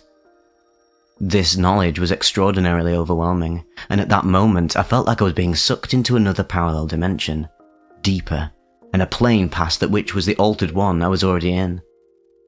Overhead, the fan seemed loud as an aeroplane intake, and my hearing was distorted. I felt like I was hearing everything through this whooshed, echoing drum inside my head. The fan was vibrating, and that whole room was shaking under this oscillation. I reached up and turned it off because, well, I didn't want my room to be caught in a vortex or tornado or something like that. The instant I turned it off, I heard raindrops hitting the roof, like a thunderstorm had just blown in and started dumping its contents on my very roof. A second after I recognized that this indeed was what the noise was, I started feeling these raindrops hit and plunk on my metaphysical self. This was really interestingly cool, but I didn't think it actually was raining. It seemed to be raining in another sense of the word. In fact, all words seemed at that point to have different senses, different ways and different planes on which we could use them, and this was just another metamorphosis of that very fact. My mind was settling down a bit after I turned off the fan, which had made everything seem like a black hole into which it was being sucked in, and I still felt the lingering hallucinating rain and the moonbeams were falling mentally across the room while I stood in quicksand carpet waiting for something, anything, to happen. At least we were together, holding hands, flying through the sky. The words from the music kept repeating themselves over and over and over in my mind, and I then decided I would go outside to see if it was really raining, and if that deep whooshing om I had felt before when I'd been laying down was actually something outside, or was it really a part of the void that I knew was behind everything? As I walked through my living room, the old part of myself that was still alive in the back of my mind was saying something along the lines of, well, now I know why people recommend using a sitter. Otherwise you end up doing stupid stuff, like wandering around looking for raindrops, a bit like I'm doing right now. This thought was so fleeting, I'm not really sure if I even thought it or not. But I know I did, because I started laughing, because I realized how absurd that was. Because here, I was actually seeing things that were meaning things to be, as if I was a part of something larger and beyond myself. I was scared, to be honest, but comfortable in this place. I stepped out on the back porch and saw the porch light fall on the patio in weird angles, and I saw a train go flashing by in the night. I live right behind train tracks, so this wasn't a hallucination, I can assure you. And I heard the deep rumbling echo through my mind as I felt, or seemed to, the vibrations from the tracks. It cognitively dawned on me that this was the disturbing noise I had heard in my room. But then I dismissed that as ludicrous and irrelevant because, well, my room was in a different universe and was no longer of any consequence because it was existent in another part of my mind. Then I turned and looked at the sky. The clouds were a thin sheet of white and suddenly it grabbed me. The moon. I stood with my face to the wind and looked at the moon. For a moment it seemed as if there were more than one of them, and I looked closer and they all coalesced into a single moon that had halos of gold around it. As I stood staring into the moon, with my long hair blowing all around my face and my semi-naked body, I was wearing only psychedelic briefs, I had a notion that on some level I was communing, or one with, there are really no words for what I felt, so I don't know how to describe it correctly, Jim Morrison on some level. I really don't know what exactly it was, but I felt some connection with him. Distinctly remembering saying to myself as I stared into the moon, this is how he must have felt. Suddenly, as I stared into the moon, bright sun rays began to project from it, and it was like the sun while I stared into its brightness, haloed by a ring of cloud that was swirling and changing different geometric patterns as I stood looking into it. The sky was a deep purple, and changed to light purple the closer it got to the moon, which was a pink, light purple, gold colour, until it faded into where the edges of the moon met the void and interlocked. I kept repeating to myself, I know God, I'm meeting God, I know this is God himself in manifest. And I know at that moment, somehow, I did meet God. I found myself standing eternally on a coastline or seashore, and the clouds were lapping themselves on the shores of the moon, who was changing between shades of gold and purple around it. I was wholly transcendent at this point, no longer belonging to my body, although it was through my body that I remained grounded in existence on this side of reality. It was my first truly out-of-body eternal moment, and I will never forget it. There seemed to be this silent music playing all around that everything was a part of, and I don't know exactly how long I stood there staring. It could have been 2 minutes or it might have been 2 hours. I estimate it was close, or between 4 to 6 minutes. I went back inside, comforted that the noise I heard was not a black hole of sorts in my room, that it was only a train, and somehow glad now I could appreciate the coolness of the hallucination without being scared by it.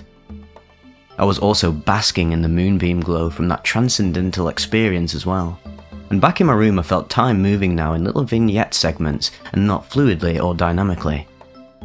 Then, I perceived time didn't really exist at all, but we could possibly live forever in a few moments because there was no time.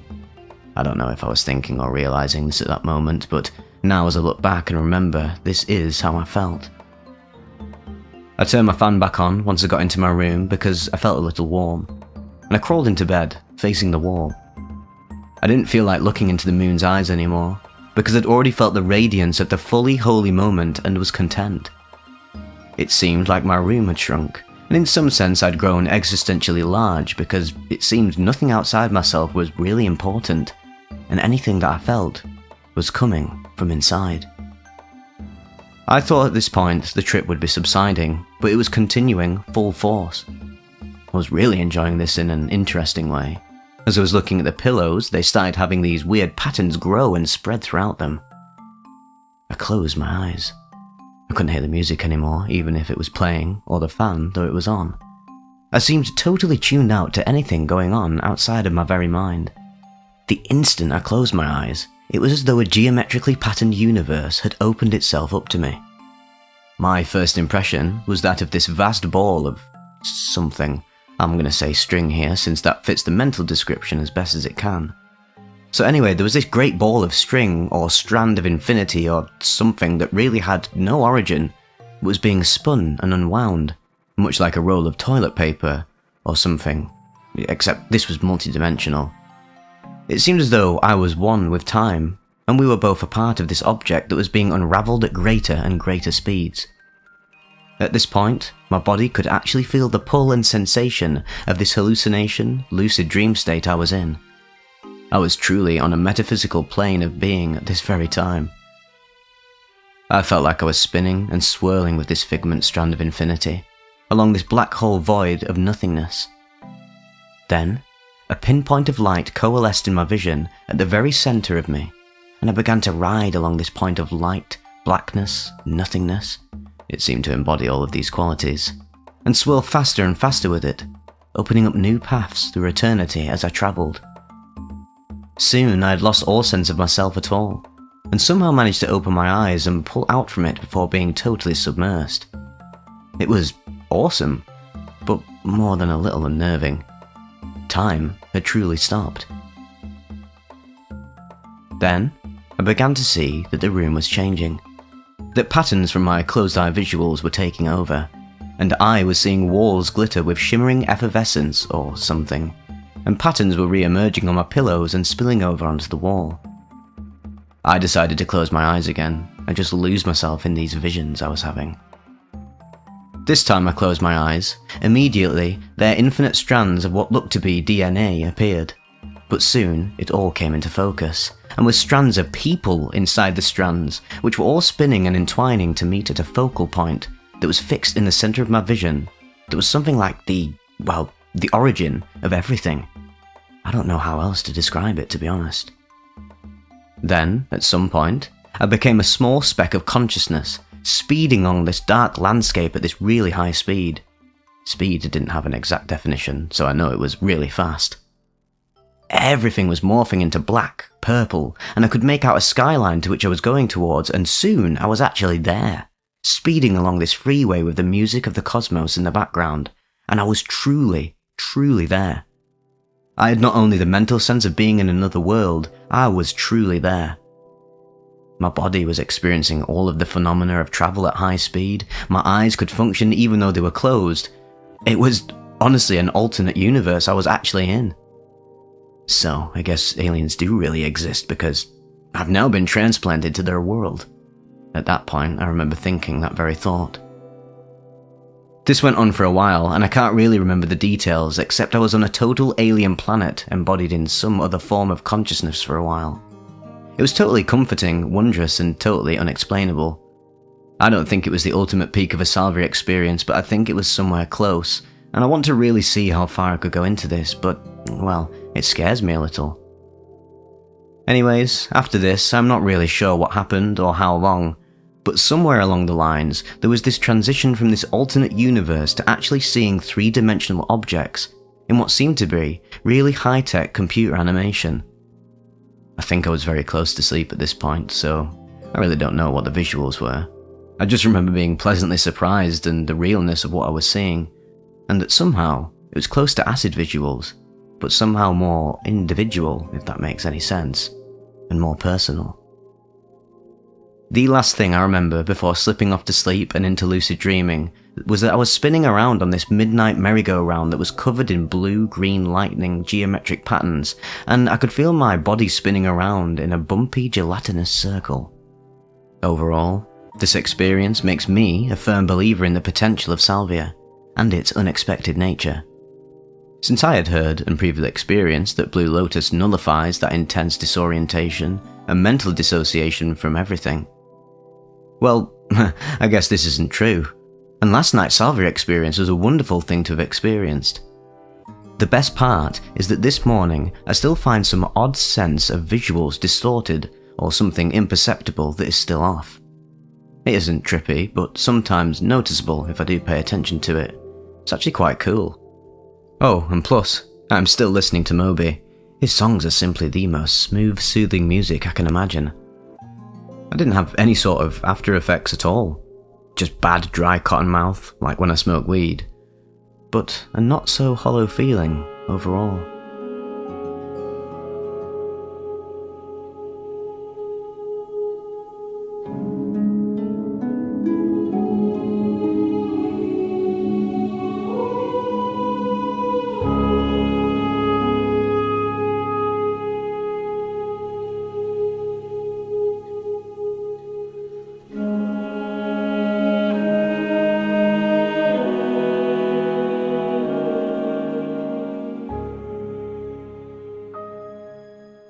Higher order of synesthetic synchronicity.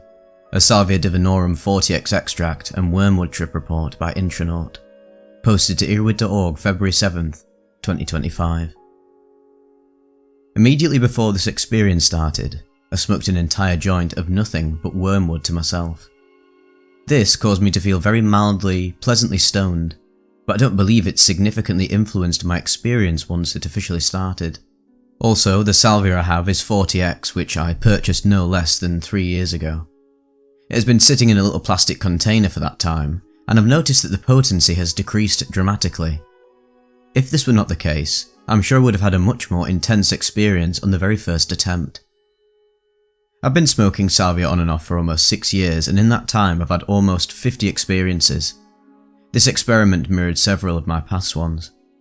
I started smoking at around 9:30 PM and made 3 separate attempts. Each time I loaded more Salvia flakes into the bowl and tried to finish it all in one hit. I laid in bed blindfolded with the lights off for roughly 25 minutes before I got up and started writing. I wrote continuously, and within 3 paragraphs I progressed from feeling very high to being more or less sober. The ellipses do not indicate that any time has passed, just that my consciousness has shifted gears. The music I listen to is an album of collaboration between a Bulgarian women's choir, Angelate, and a group of Tuvan throat singers, Her 2. The album is called Fly, Fly My Sadness. I picked this album after about an hour of thinking about what I wanted to listen to. I wanted something trippy, but also some kind of world music. The song I describe in detail in this report is actually called Wave. T plus 25 minutes. Still very high. Couldn't contain my thoughts for much longer without writing them down. I believe there is a dimension in which all of our actions and thoughts follow a higher order. This dimension, like ours, is musical. Usually we are not aware of the synchronicities on this higher dimension, but our thoughts and actions always to some extent follow certain laws of nature. Physical and mathematical though these laws may be, they are undoubtedly beautiful. When we awaken to the higher levels of connectedness, we can take greater control in creating the music that is our very lives. I smoked some Salvia and found myself confronted with a dynamic physical reality outside of what I identified with me. This included every sensation I was experiencing and the sound of my thoughts and speech. I instantly felt connected to all of humanity even though I was alone. It was a process which was occurring to me, and being that it was somewhat mysterious, I felt some natural fear creeping into the experience. If I tried to express my reservations about undergoing the process, my thoughts were immediately interrupted by more amazing realizations. This state exists outside of me blinking my eyes. It arises from the undisturbed awareness of every inch of my skin, which at this moment was amplified by a subtle sheet of sweat. The fractal darkness behind my blindfold is shared by us all, is available to us all at any time, with the use of Salvia exclusively it seems, and it is completely, directionlessly aware of everything. I'm not nearly as high now. I lay in bed with the lights off, blindfolded, and listen to Angelite and Her 2 on my headphones. I don't know how long, maybe just over half of the album. During that time I took 3 separate but sizable hits from my bowl of Salvia. After the first hit, I felt myself melting into the fractal darkness that was, quite possibly, the collective unconscious itself. I felt connected through my thoughts and behaviour and largely unconscious actions to every point of awareness on this planet. This mostly involves humanity, of which I am a tiny part, but it was implied that this connection keeps going everywhere I might care to look. I got over the ontological implications of this little tidbit rather quickly, as it seemed so self-explanatory, and it is an experience I've had more often than not during the first few minutes of a Salvia trip. I embraced the notion of becoming one with everyone, but I knew there was more to it if I cared to explore. I smoked more Salvia, and entered a world with small bright rainbow-lined eyes poking out of every corner.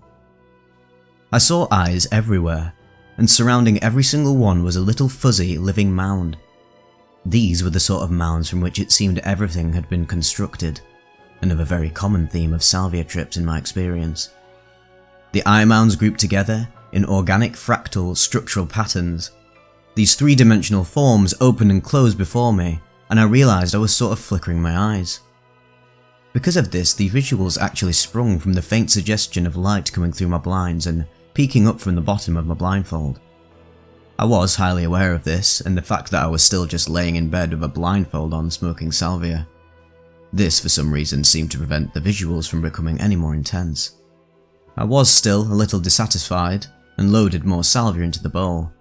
I had no difficulty doing this, but with the light on, I was more able to notice how intensified everything had become. After torching the bowl and finishing it all off, I held the smoke in my lungs for as long as possible.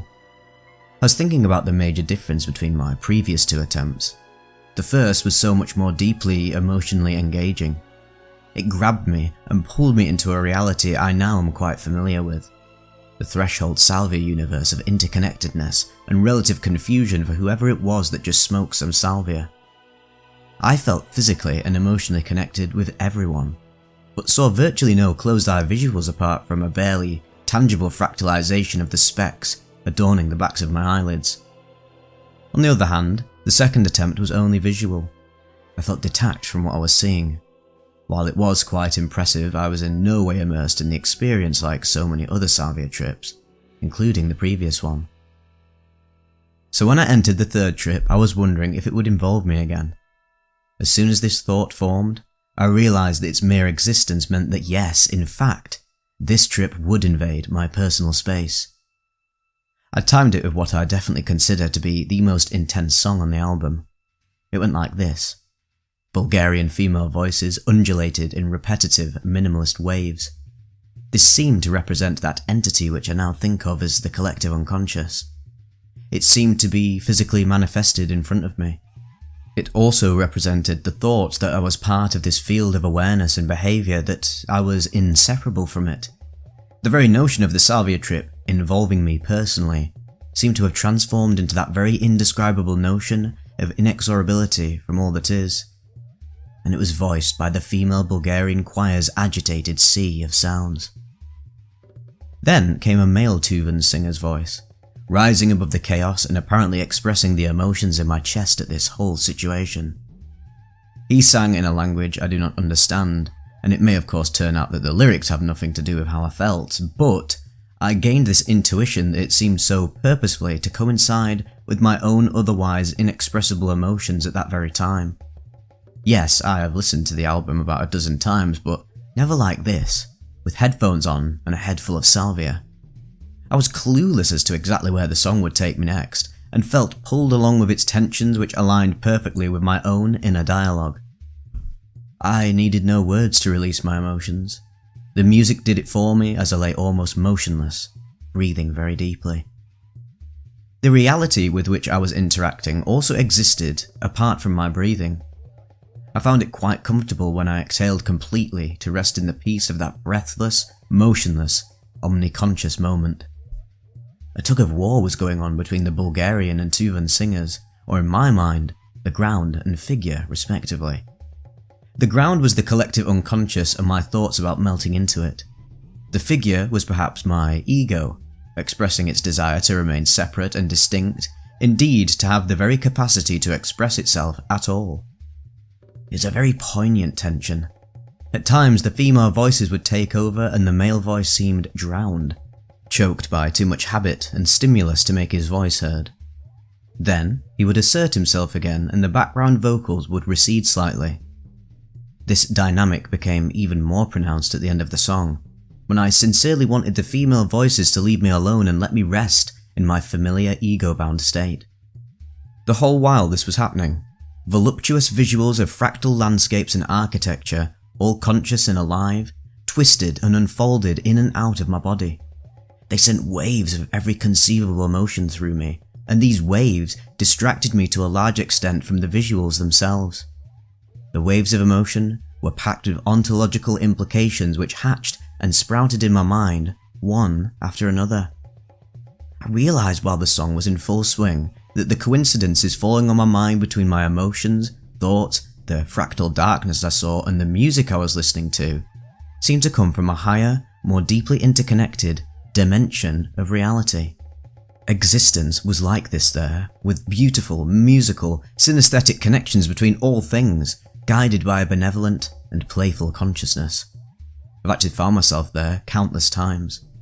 Despite my only ever becoming aware of this reality while meditating or dreaming, or under the influence of a specific few substances, it was actually always present, with or without me there to experience it.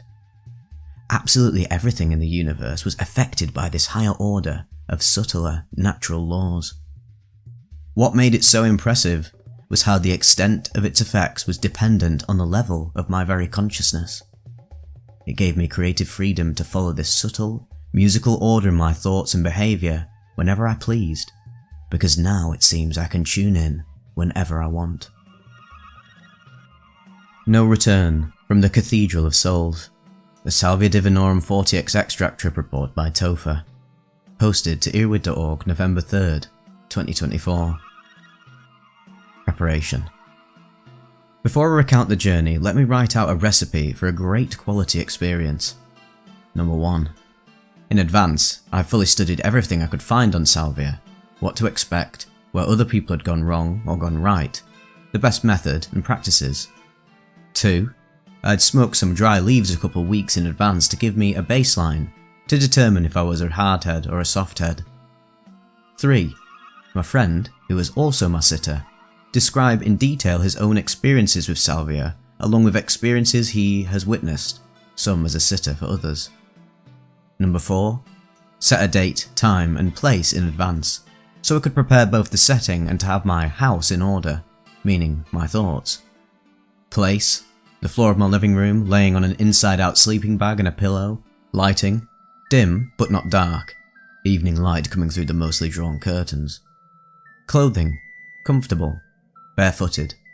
Sitter: very good friend, trusted. My sitter suggested I lay down and just relax, meditate for some time. He left the room and told me that when he came back he would just hand me the pipe and I could hand it back to him. He'd take care of watching me. In the end, I didn't move a muscle for most of the experience, so it may seem that a sitter wasn't necessary, but this is completely incorrect. There's no way I would have had the same experience without a sitter there. I would have gone into it with all sorts of fear and hesitation that would have inevitably have carried into the visions.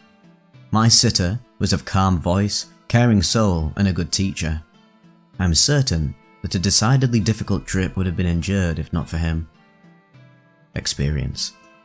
As I handed the pipe back to my friend, I could see the world recede, and I immediately laid back, rested my head on my pillow, and set my hands upon my chest.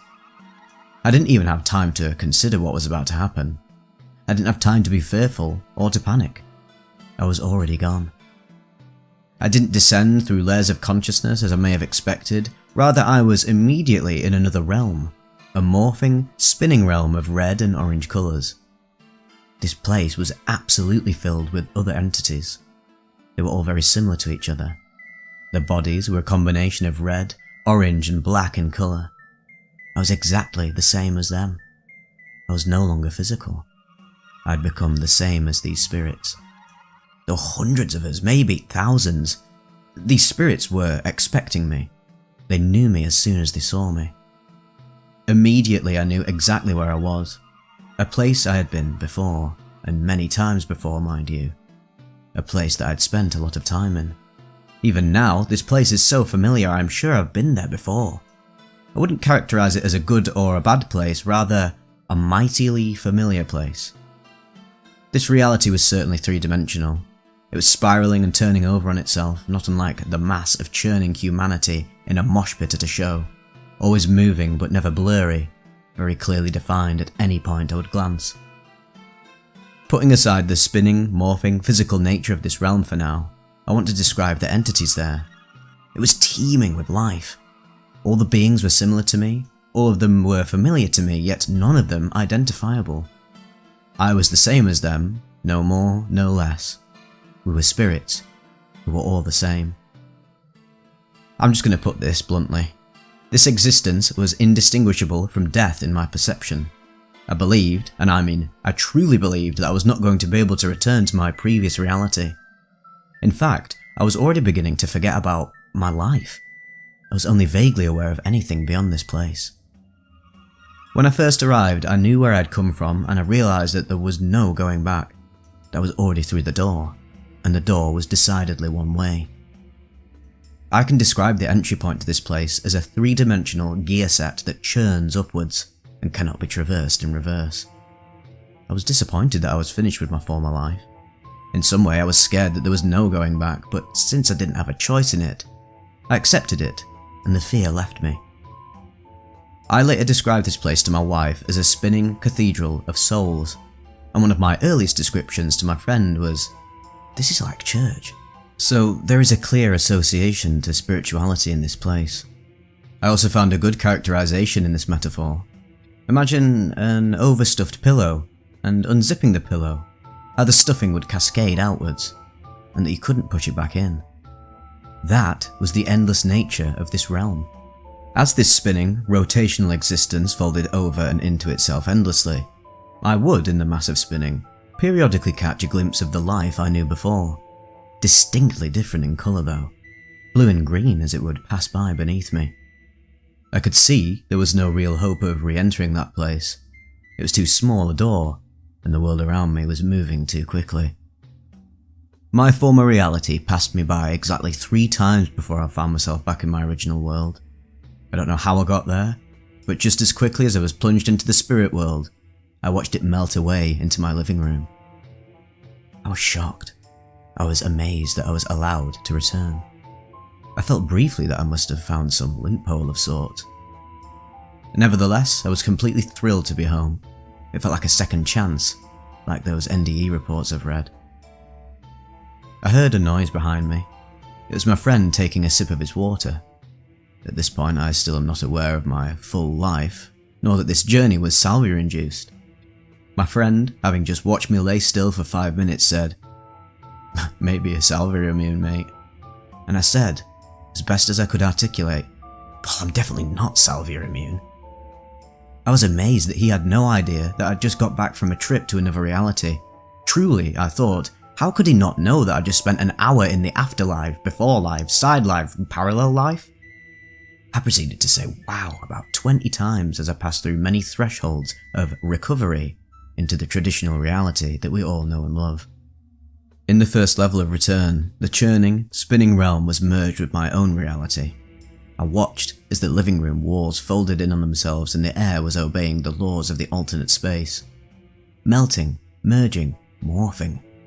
In this first level of the return, I was completely in bliss that I'd returned, that I even got to come back.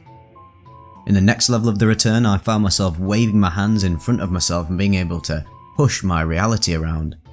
I would ball up portions of the room and throw them to the other side of the room.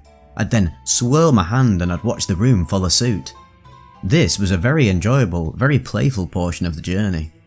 I was fully aware that I was me and I was home. I could feel some level of embarrassment that my friend was watching me believe I was balling up reality and throwing it around, but when I point blank asked him if I could see what I was seeing, he quietly said no and let me go on controlling the air. He called me the architect of air, still completely hilarious to me to this day.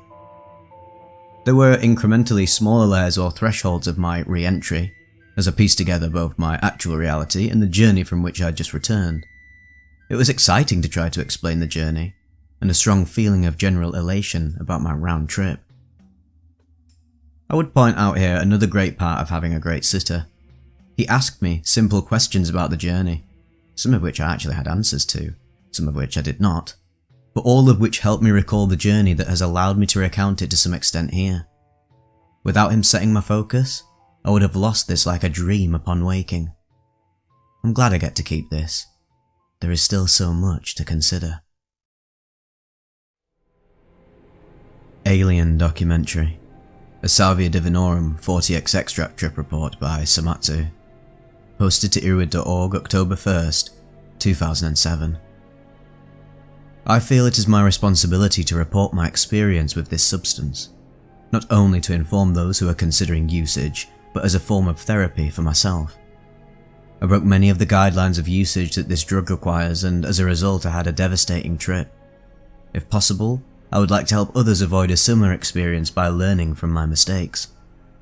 Let me say now that it was my first time taking SD in its extracted form. Before, I had smoked the leaf and found little enjoyment, a slight heat wave and a sweaty feeling but without actual perspiration. Because of this lack of respect for the drug, I did not properly arm myself with any information or to try to understand what the nature of the experience would be like. A close friend thought of an idea for his film documentary project. Videotape a first-time experience with Salvia divinorum, 40x, and interview the subject while in the depths of the trip.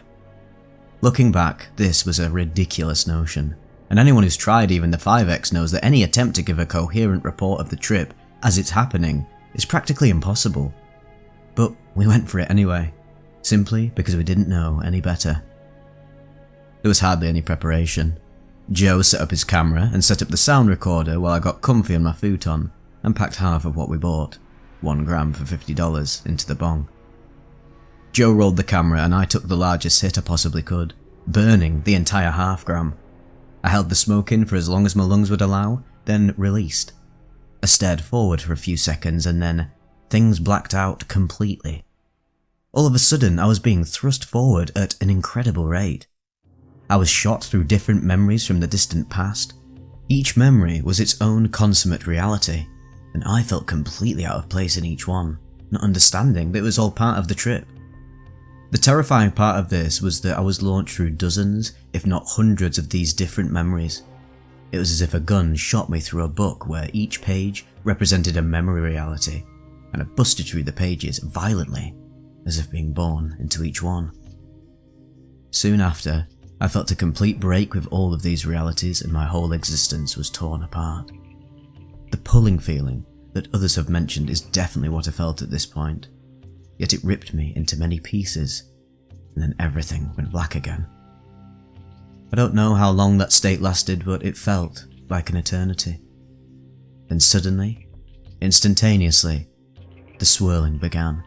I was spinning at an uncontrollable rate, and I felt a deep terror that still haunts me when I think about it.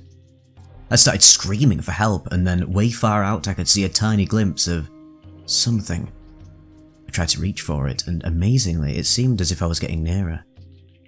As I got closer to it, all the while wrenching myself away from that swirling void, it became a human face, somehow familiar yet not recognizable.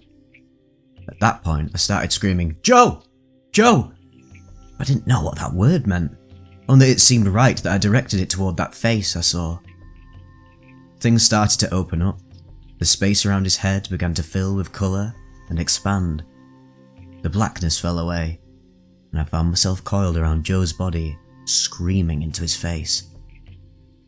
Then, I fell backwards and passed out.